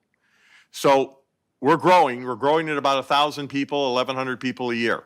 There are 725 babies born in this city a year. So in the meantime, we don't have any way to fund these amenities. And God knows we've asked. and we'll continue to ask. But if we can go with a little more in our hand, it might make a difference. And it might make a difference to people who could donate some but can't donate all to a pool. Maybe someone wants to be a partner with us. Well, if it passes, the community's our partner. If it passes, then maybe other people would want to come forward with some money because they can't afford the total cost. A new pool is between $4 and $5 million. And I'm looking, Gary, how much is the maintenance a year? About $250,000? Yep. $250,000 a year. And someone questioned me on that and said, Mr. Mayor, you're not telling the truth. $250,000 in maintenance? And I don't know what your heating bill is, but it's probably pretty heavy. And I don't know what your electrical bill is to recirculate that water all the time. So am I speaking truth? Yes. And people don't realize $250,000 worth of maintenance a year. And as the pool gets older, that goes up. So Mr. Silvera had mentioned, well, if we just went for public safety and closed the community center, and we didn't do the activities that we do there. The community center already costs us around $80,000-$90,000 a year out of the budget? Okay, $80,000-$90,000 above and beyond. So that's almost the cost of funding a police officer or firefighter at $100,000 or $120,000 a year with benefits and everything. So going back all those years, as Mr. Silvera said, we have been good stewards of the money. And what I mean by we, it's everyone sitting around this horseshoe. Everyone sitting around this horseshoe. It's not just these 5 people. It's everyone who watches that budget.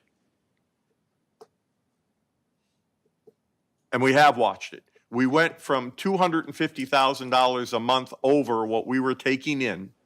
We were spending $250,000 a month more than we were taking in funds to a reserve to take care of 110-year-old infrastructure. Our pipes, some of them are 110 years old in this city. And hopefully we have the money to make the repairs as things go on. So yes, everyone here has been a good steward of the money. And I thank God for the comments tonight. Thank you. Because we will continue to do that. So with that, if there are no other comments, do I have a motion? Mr. Faria. Thank you, Mr. Mayor. I'd like to move to adopt City Council Resolution number 5981 as read by title. Excuse me. Sorry. Yes, sir. Can you include the... Wait. Let me turn on your mic, Mr. Vaughn. Include the revision on the... Can you include the revised ballot question in your resolution? The one we have Yes. before us here? The lower part. Okay, so I'll restate the motion. I'll move to adopt City Council Resolution number 5981 with the revised ballot question to the resolution as provided on the dais to the council. Okay.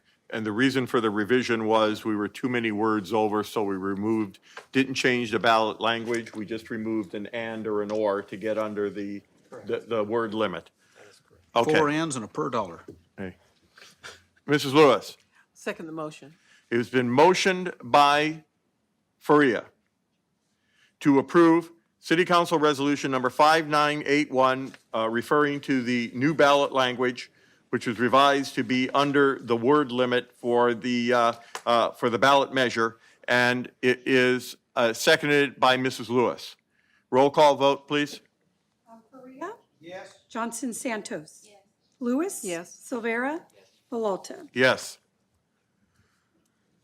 Item number 10, consideration of adoption of resolution stating the City Council's intention for the expenditure of proposed sales tax measure proceeds. 10A, City Council Resolution number 5982, stating its intention to expend all proceeds of the sales tax of the proposed Los Banos Essential City Services measure if the proposed measure is approved by the voters at the November 6th, 2018 election. And we're going to go to, who are we going to here? All right, go ahead. And I have a presentation. I think it's queued up, ready to go. Oh, good. You need to Oh, push your buttons. all right, and let's you do your that. magic. Thank you, Mayor. I have a short presentation regarding this item. So there's been some discussion about this item regarding a resolution to state the intent of the council regarding expenditure of these funds. What we heard at the workshop, and the council's aware last week, was some concern about how the funds would be spent and how the funds would be spent in the future. So what we did, and what you have in front of you today, is a resolution that would state the intent of the council that would affect future councils as well regarding the expenditure of the funds. So what this resolution does, again, is it states the intent of the council regarding proceeds and how these proceeds would be spent. It's a formal expression of intent by the council. It dedicates 100% of the proceeds to the adopted spending priorities. Requires, again, as we've heard throughout the evening, an expenditure plan, and that expenditure plan be submitted to the Oversight Committee.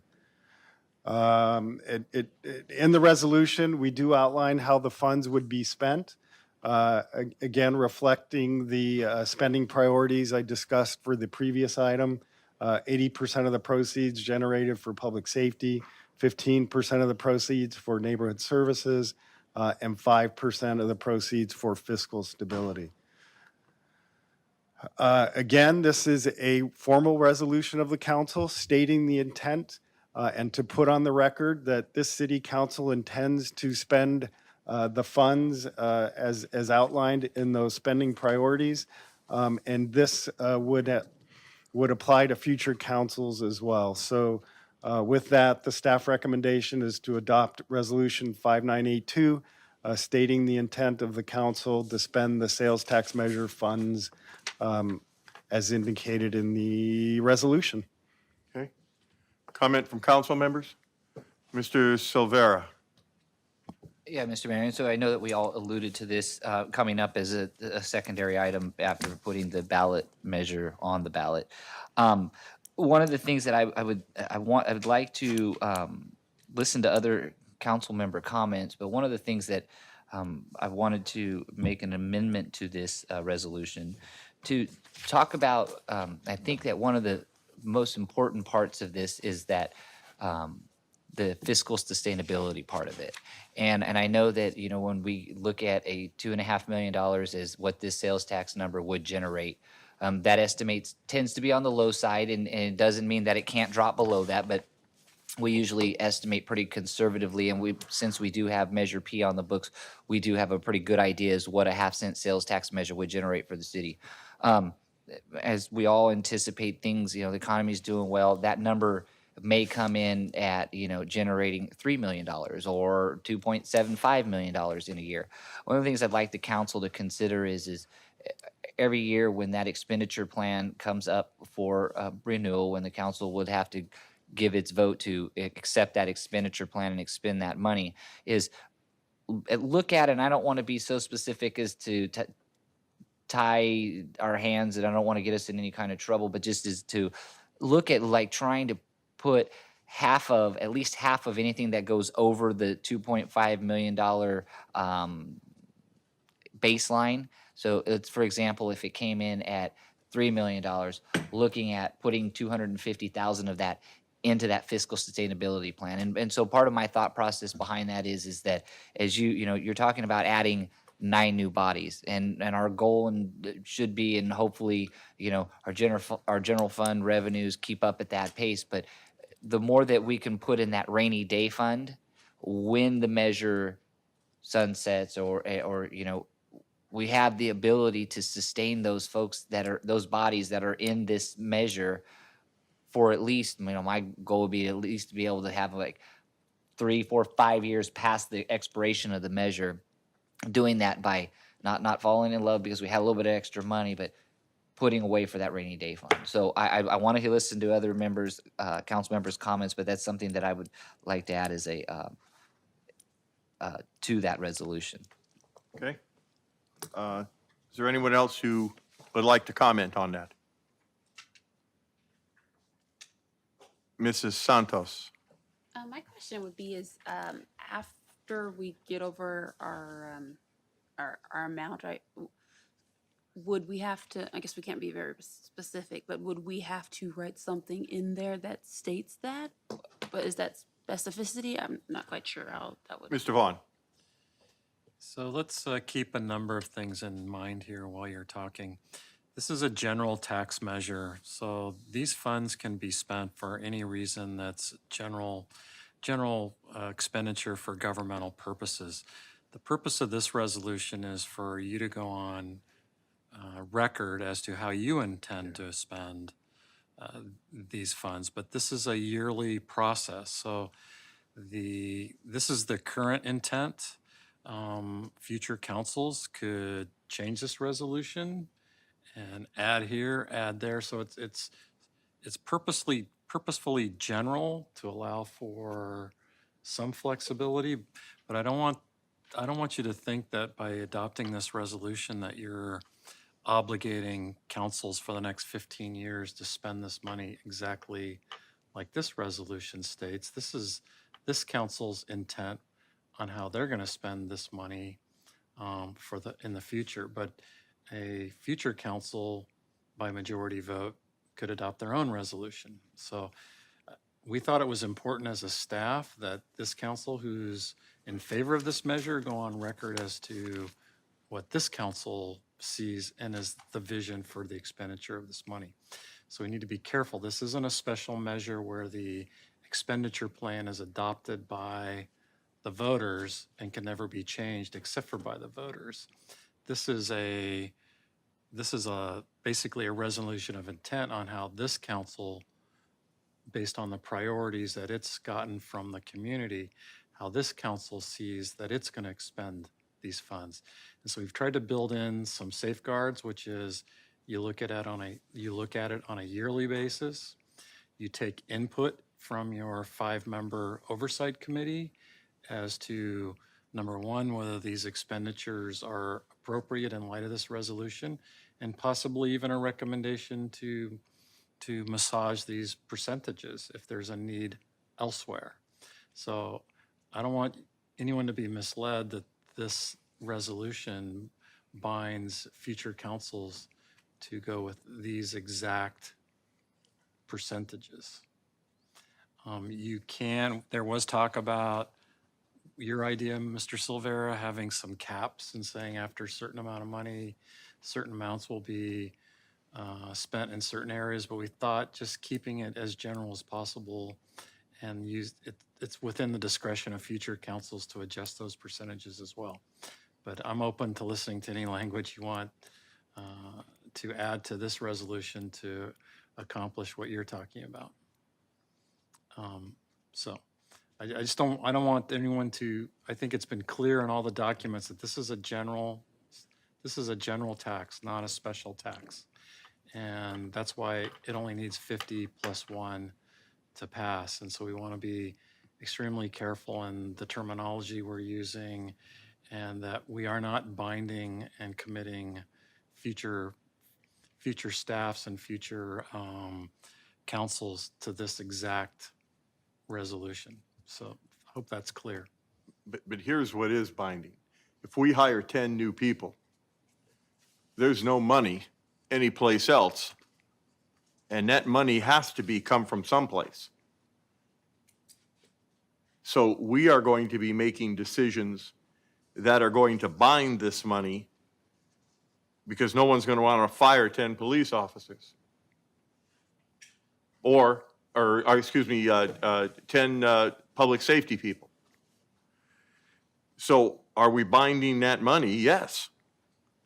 Once we hire that, there's no money for backfill. If we build a pool and we got to pay it off and we borrow to get that pool, you can't just drain it and say it's going to be, we're going to be making decisions that are going to be binding this money for a long time. It's the only way we can get these amenities. So, That- so that's a true statement. However, future councils will have discretion to. Understood, understood. Okay, so I just want it clear Understood. that this is not a special tax measure. You're not agreeing to an expenditure plan tonight. You're agreeing to have a process for how you're going to spend this money in the future. And you're agreeing on what your intentions are as a council as to how you see you want to spend this money in the future. But I don't want there to be anyone understanding that this is a special tax measure and it has to be spent according to this resolution. No, I think we all understand that. Okay, and clearly Yeah. if you commit to certain expenditures that are going to exceed an annual budget, that will be taken into account each subsequent expenditure. Right. So encumber that money. So if you want to, so that's a long way around getting back to Mr. Silvera's question, which is, could we add some language that if certain caps are hit, that the percentages or the money would go to a certain portion of this A, B, or C?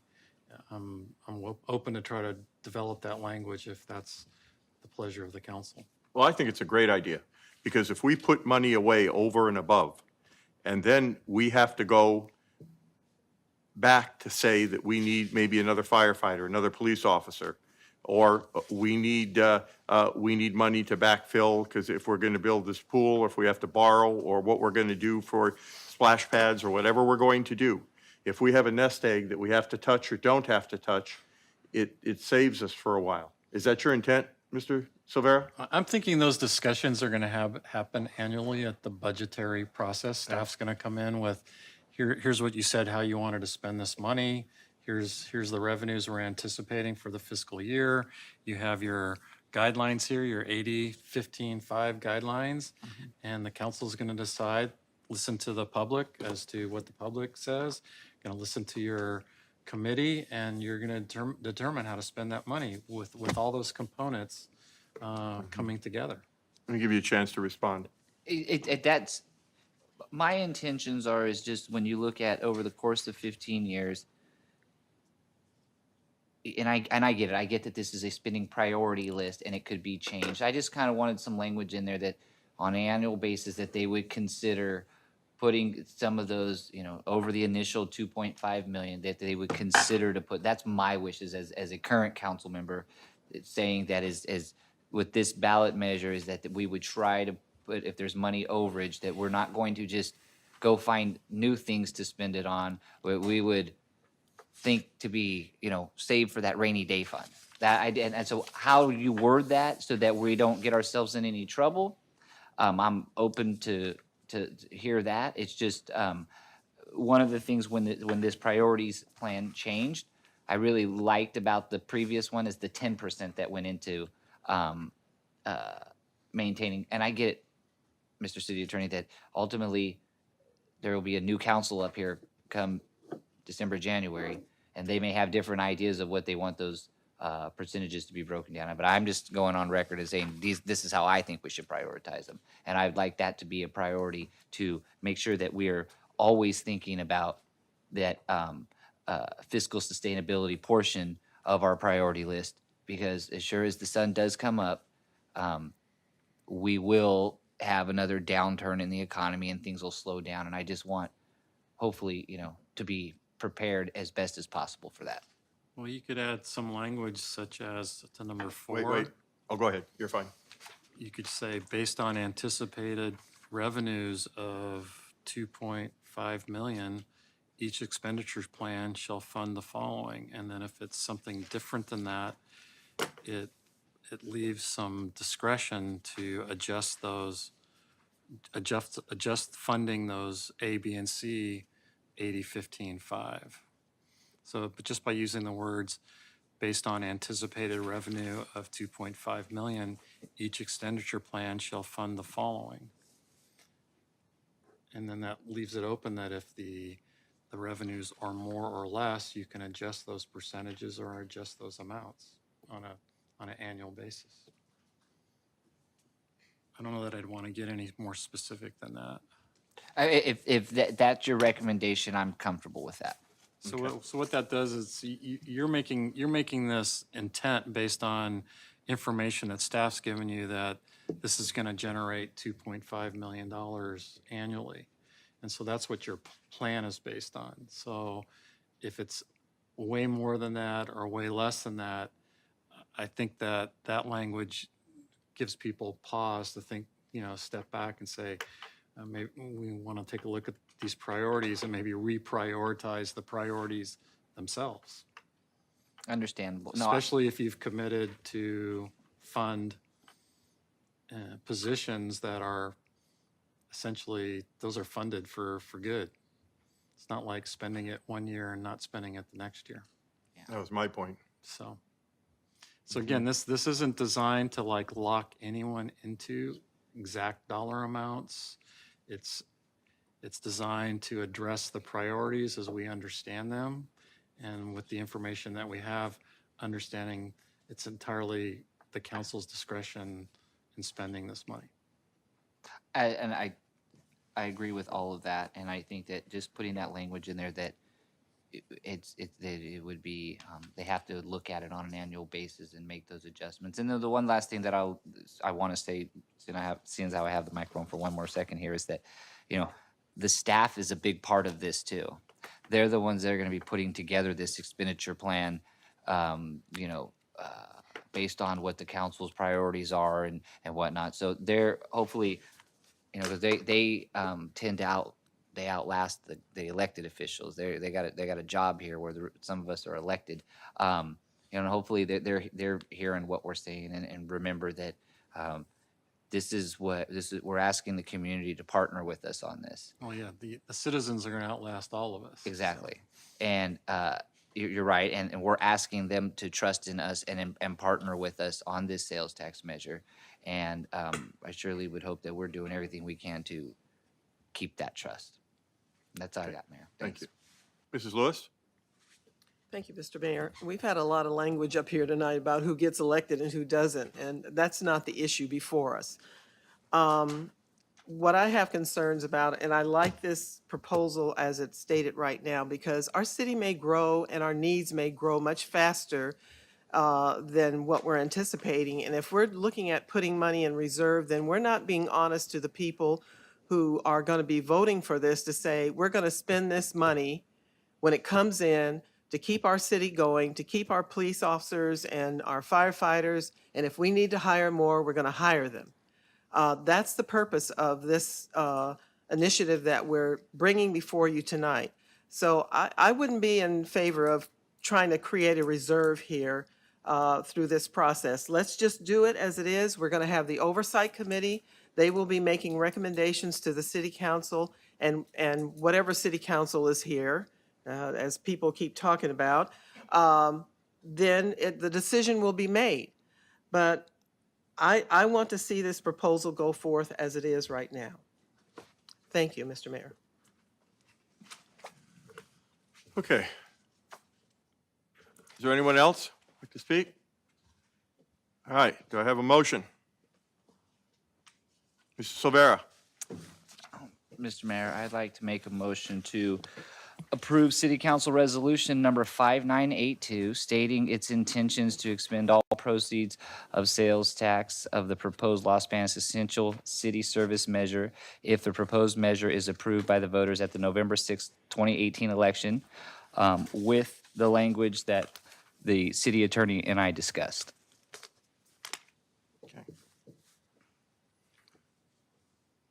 Okay, do I have a second? Mrs. Lewis? No, I'm not making a second Oh, on that one. okay. Do I have a second?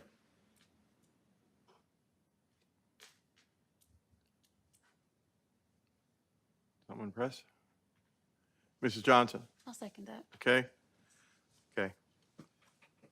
It's been motioned by Mrs. Silvera, second by Mrs. Johnson Santos to approve City Council Resolution number 5982, which would include the language as read, and then to look at any exceeding funds to then, We just added the language based on anticipated revenue of 2.5 million. because that's what we based it on. That's what you're stating your intention on. Okay, of $2.5 million. Okay, Mr. Freya, do you have a comment? Yeah, a quick discussion.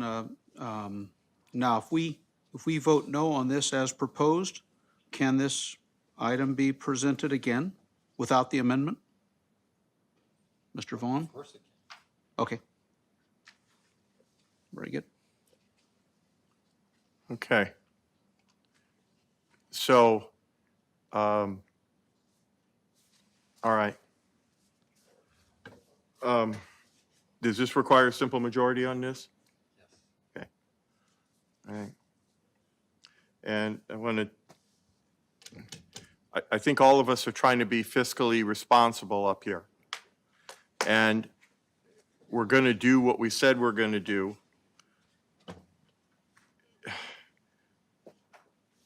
All right, let's just call for the vote. All in favor? Aye. Aye. Opposed? No. Okay. All right. So motion passes. And we were all unified on putting this on the ballot measure. That's great. And either way, what's going to happen is that the money will be spent and money will be, in case we ever need extra money, that money will be there if it exceeds $2.5 million. All right. Let's go on to the next one, advisement of public notices. No report. City manager's report. Mr. Terrazas. Oops, wrong one. Go ahead. Don't really have a report tonight. Just thank you to folks that attended tonight. Great to see the participation and great to see folks at our council meeting. So thank you. Okay, let's go on to city council member reports. We'll start with Mr. Faria tonight. Thank you, Mr. Mayor. Hope everyone had a wonderful 4th of July. I always love the summertime, the patriotic holidays, you get Memorial Day, Flag Day, Independence Day. It's a beautiful time to remember why we're all here and the privilege we have and the joy we have of this life because of sacrifices made by others. I don't have much tonight except I've gotten a few questions about the trees in Pacheco Park, which apparently died, I think, from drought and whatnot. And so maybe something we have to budget for next year. Take a look at what we want to do if we want to increase the tree, bring the tree numbers back over there. Pacheco Park is a very beautiful place, has a potential to be a really beautiful place, beautiful thing. It's right there for the whole world to see. Everyone who comes through Los Banos sees it. It's centralized. It's iconic, really, with some of its historical background. And I personally love trees, particularly in parks, but I love trees everywhere. Anyone who's seen my house knows that, with all 35 of them. And so I'd like to see us look into that, and maybe, I don't know if that's a budget priority for next year, or something we start talking about, start thinking about. Thank you very much. Okay, let's go on to Mrs. Santos. Nothing to report, thank you. Okay, thank you. Mrs. Lewis. Thank you, Mr. Mayor. I'd like to make an announcement this evening that the Los Banos Police Department is going to be presenting their 35th annual National Night Out anniversary this year. And this year they're going to be holding a first annual taco truck throwdown. So you can come out and vote for the best taco in town. And tacos will also be available for sale off the taco trucks. The event date is going to be Tuesday, August the 7th, this year, 2018, downtown at J and 5th Street from 5:30 p.m. to 8:30 p.m. So that'll be right across the street here by our police department, easy to find for everybody. So please bring your family members, your friends, invite your neighbors out, And we're going to have a good time this year at our National Night Out for the Los Banos Police Department. Thank you, Mr. Mayor. Okay. Let's go on to Mr. Silvera. Mr. Mayor, I just wanted to say thank you to council, residents of Los Banos. I had the pleasure of serving on LAVCO as the Los Banos city rep for 6 years. And today, well, I didn't actually, my last meeting was in May, but I did go today and I was awarded a certificate of appreciation from the LAVCO board. I thank you guys and gals for entrusting me to represent, be the city rep on that. I learned a lot. Mr. Nicholson's just has a wealth of knowledge over there at LAVCO. I joke with him today that he's forgotten more than I've learned in the last 6 years about LAVCO. He lives and breathes that stuff. So anyhow, I just wanted to thank the residents for that, and that's all I have for today. Okay. Thank you. Just a quick report. We had a city-county dinner the other day, of which a meeting of the City Select Committee. And I'm not going to go into detail and bore you what a City Select Committee is, but it appoints positions, it appoints council members and mayors to different roles in the county of special boards that take place. So one of the ones I was appointed to a few years ago was the RAN board. It's Random Access Board that helps distribute funds from a special fund of licenses through the state of California. And I'm happy to say that many things are funded through this, and part of one of our employees is funded through this this special committee, the RAN board. And so everyone is very cordial and gets along, and they're all looking for the public safety of everyone throughout the county. Then recently at this last meeting, they had one county rep available for the defunct RDA, Redevelopment Agency. So we had a local oversight board, and I was the chairman of that board for many years.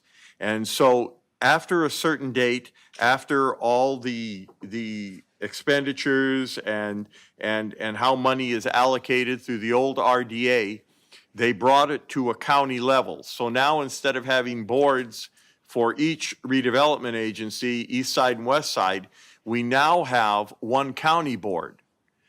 So I'm happy to say that my fellow mayors chose me as the county rep for all the cities in Merced County. And so this is huge because now we have some representation on the west side, and we also have kind of a cohesive group that's going to help us with the monies. But the monies that are the monies on the west side through our RDA agency, or the defunct RDA agency, will be distributed. But it's good to have representation on those committees.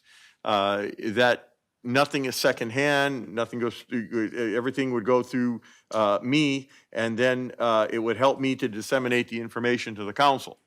So I'm really pleased, and thank you to all my fellow mayors who have appointed me to that position, and it's just more insight for Los Banos.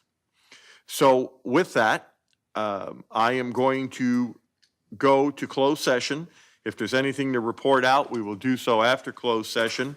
But I'll go to item 12A, conference. Oh, one other thing is that I'm really happy that we're unified on this this tax measure. What we're going to do is these funds are going to be expended. We're going to expend them the most prudent way that is allowed in this expenditure plan, and we've pledged our support for this expenditure plan and where this money is going to go.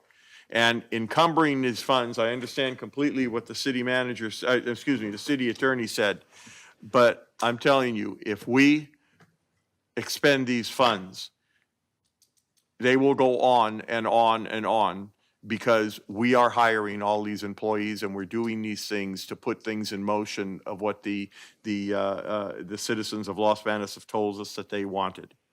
So that's the guarantee that we can give you at this point.